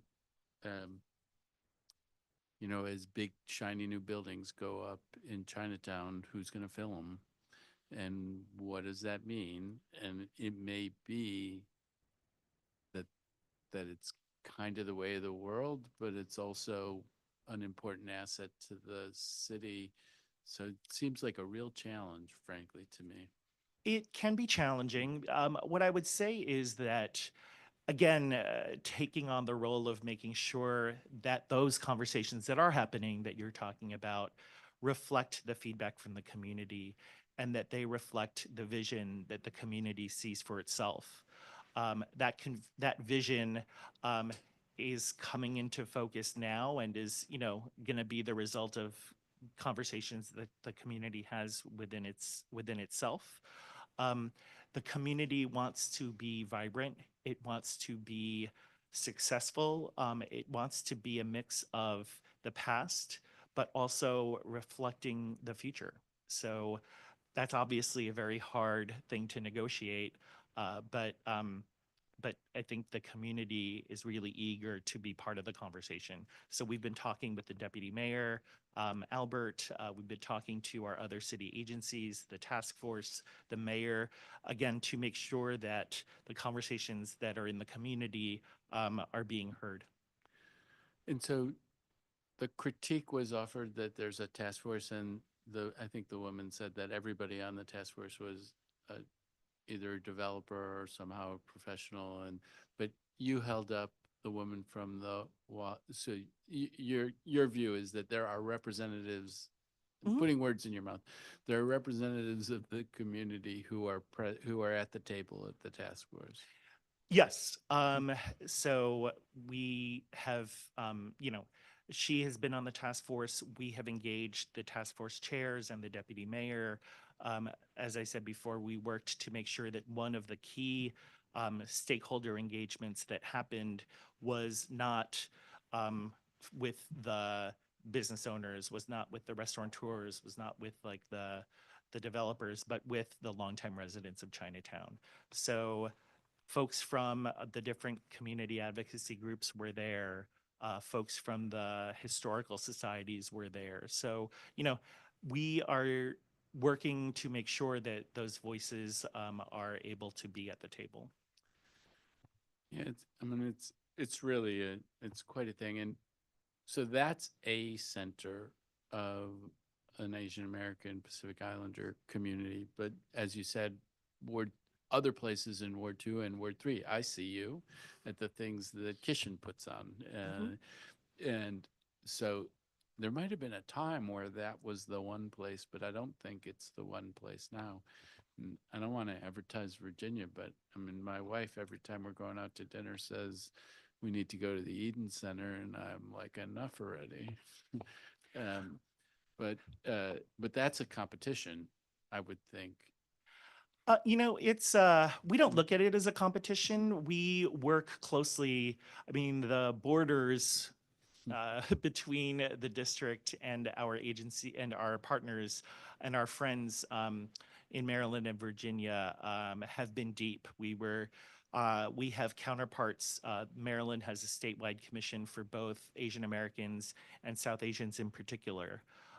There are jurisdictions in Virginia that are topping out at like 10%, 12%, which is equivalent to Los Angeles, for example. So, you know, the diaspora is across the entire region, which is why I think sometimes we don't get the attention that we deserve as an AAPI kind of enclave compared to some of these other cities. But I would stack person for person, maybe not in equal numbers, but equal measure, the work that we do here with anyone else in the country. Well, it's interesting. what's another, is Rockville a center at this point? Fairfax County. My twin brother used to live there, and his first son was born there while I was staying with them for a little bit. But yeah, Silver Spring. Silver Spring has its own county level initiative of APIs. I would also say, though, that a lot of these commissions around the country are under attack right now. And so it's even more important for us as a district to recommit ourselves to the ideas of diversity and inclusion. Many of our agencies across the community affairs cluster are unique throughout the country. Those of us in, I was at LGBTQ affairs before coming here, and I can tell you that no other city in the country is doing what they do. No, we are the largest agency of our kind in the country. So much love to our friends in other jurisdictions. But again, I think that we have been able to serve as a model for other agencies and other jurisdictions. So another topic that I think we've talked about on, maybe on the margins of the Diwali event, or what's the other one?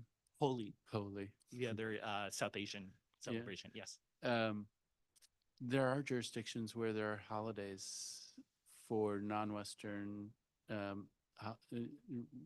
honoring non-Western holidays. And I think you had somewhere in your responses, maybe a desire to see that happen for Diwali. Where is that done? And do you have thoughts about how we might do it here?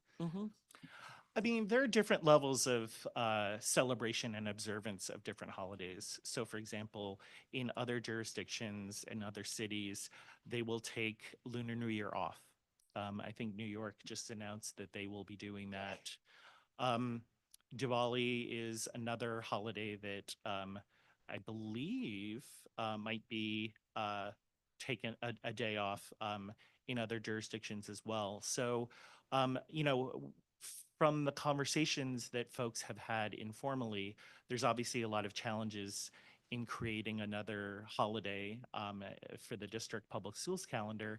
But we are, there's been an effort to figure out how to better observe and celebrate these different kinds of holidays. I mean, we can do a proclamation, people will, do cultural events and that sort of thing, and those are important.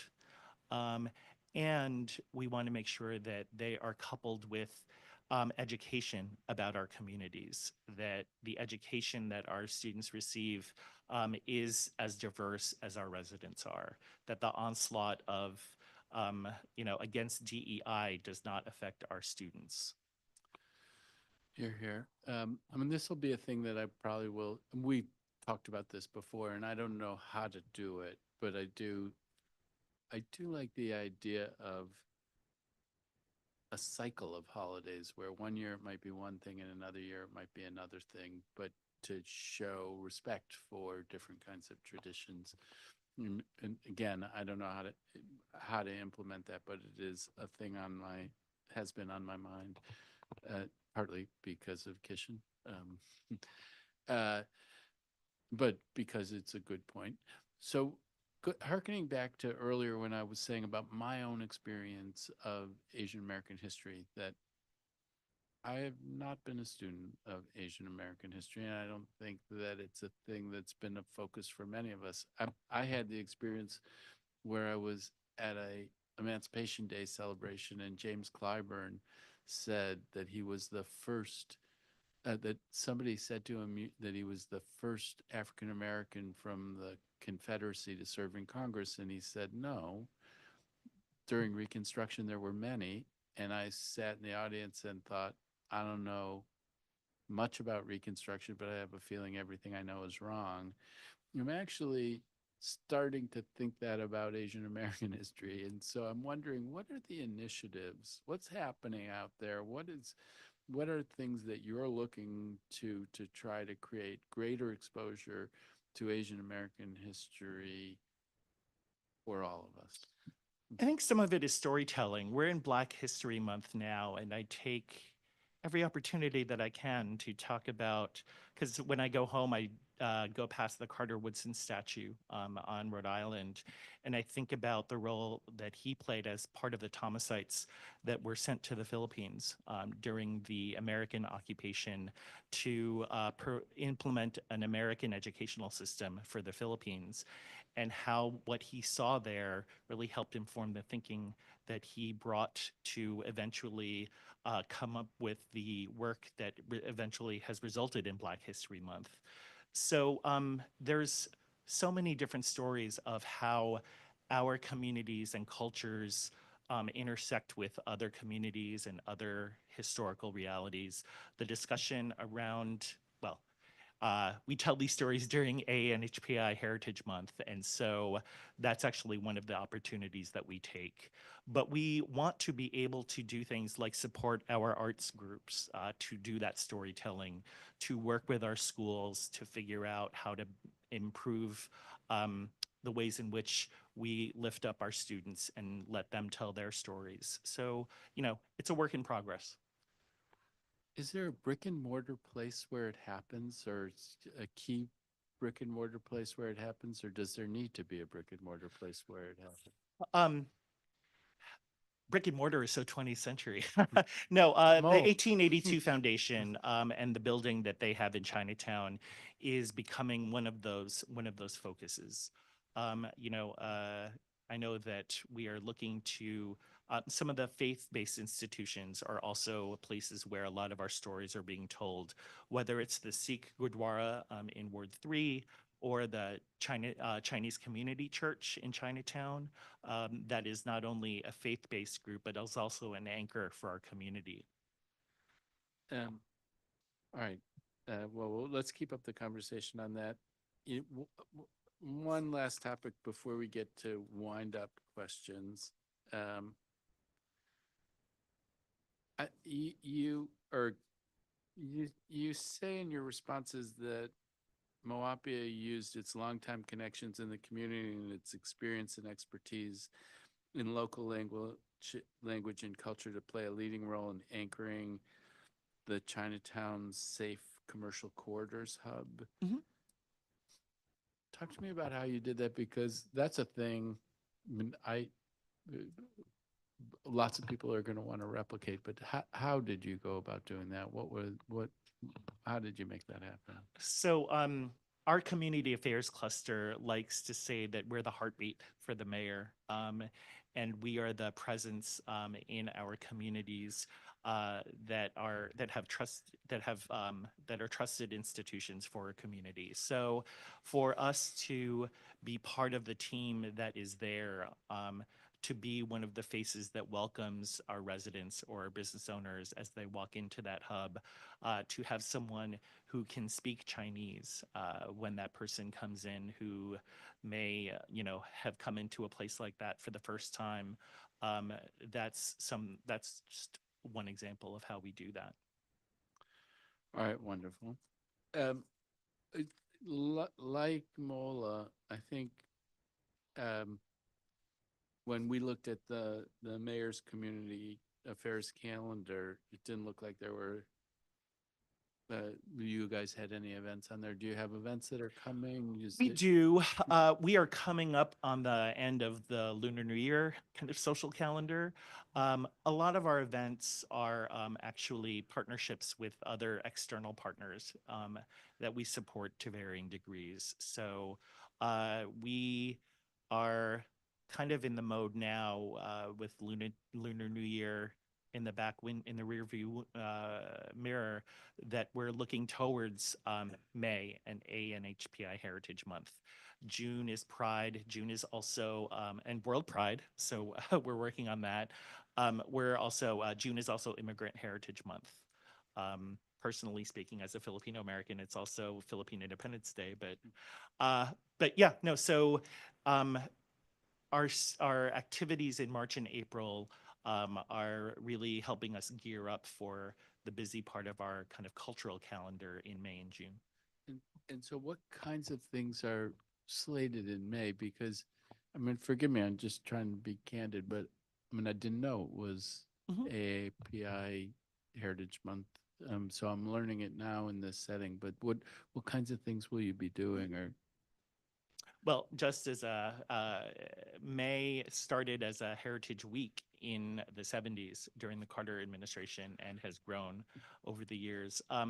We have historically done programming such as our Heritage Month celebration, which we have historically held at the Lincoln Theater, where we provide cultural performances and present community service awards to honor the longstanding folks in our community who have been doing great work for our communities.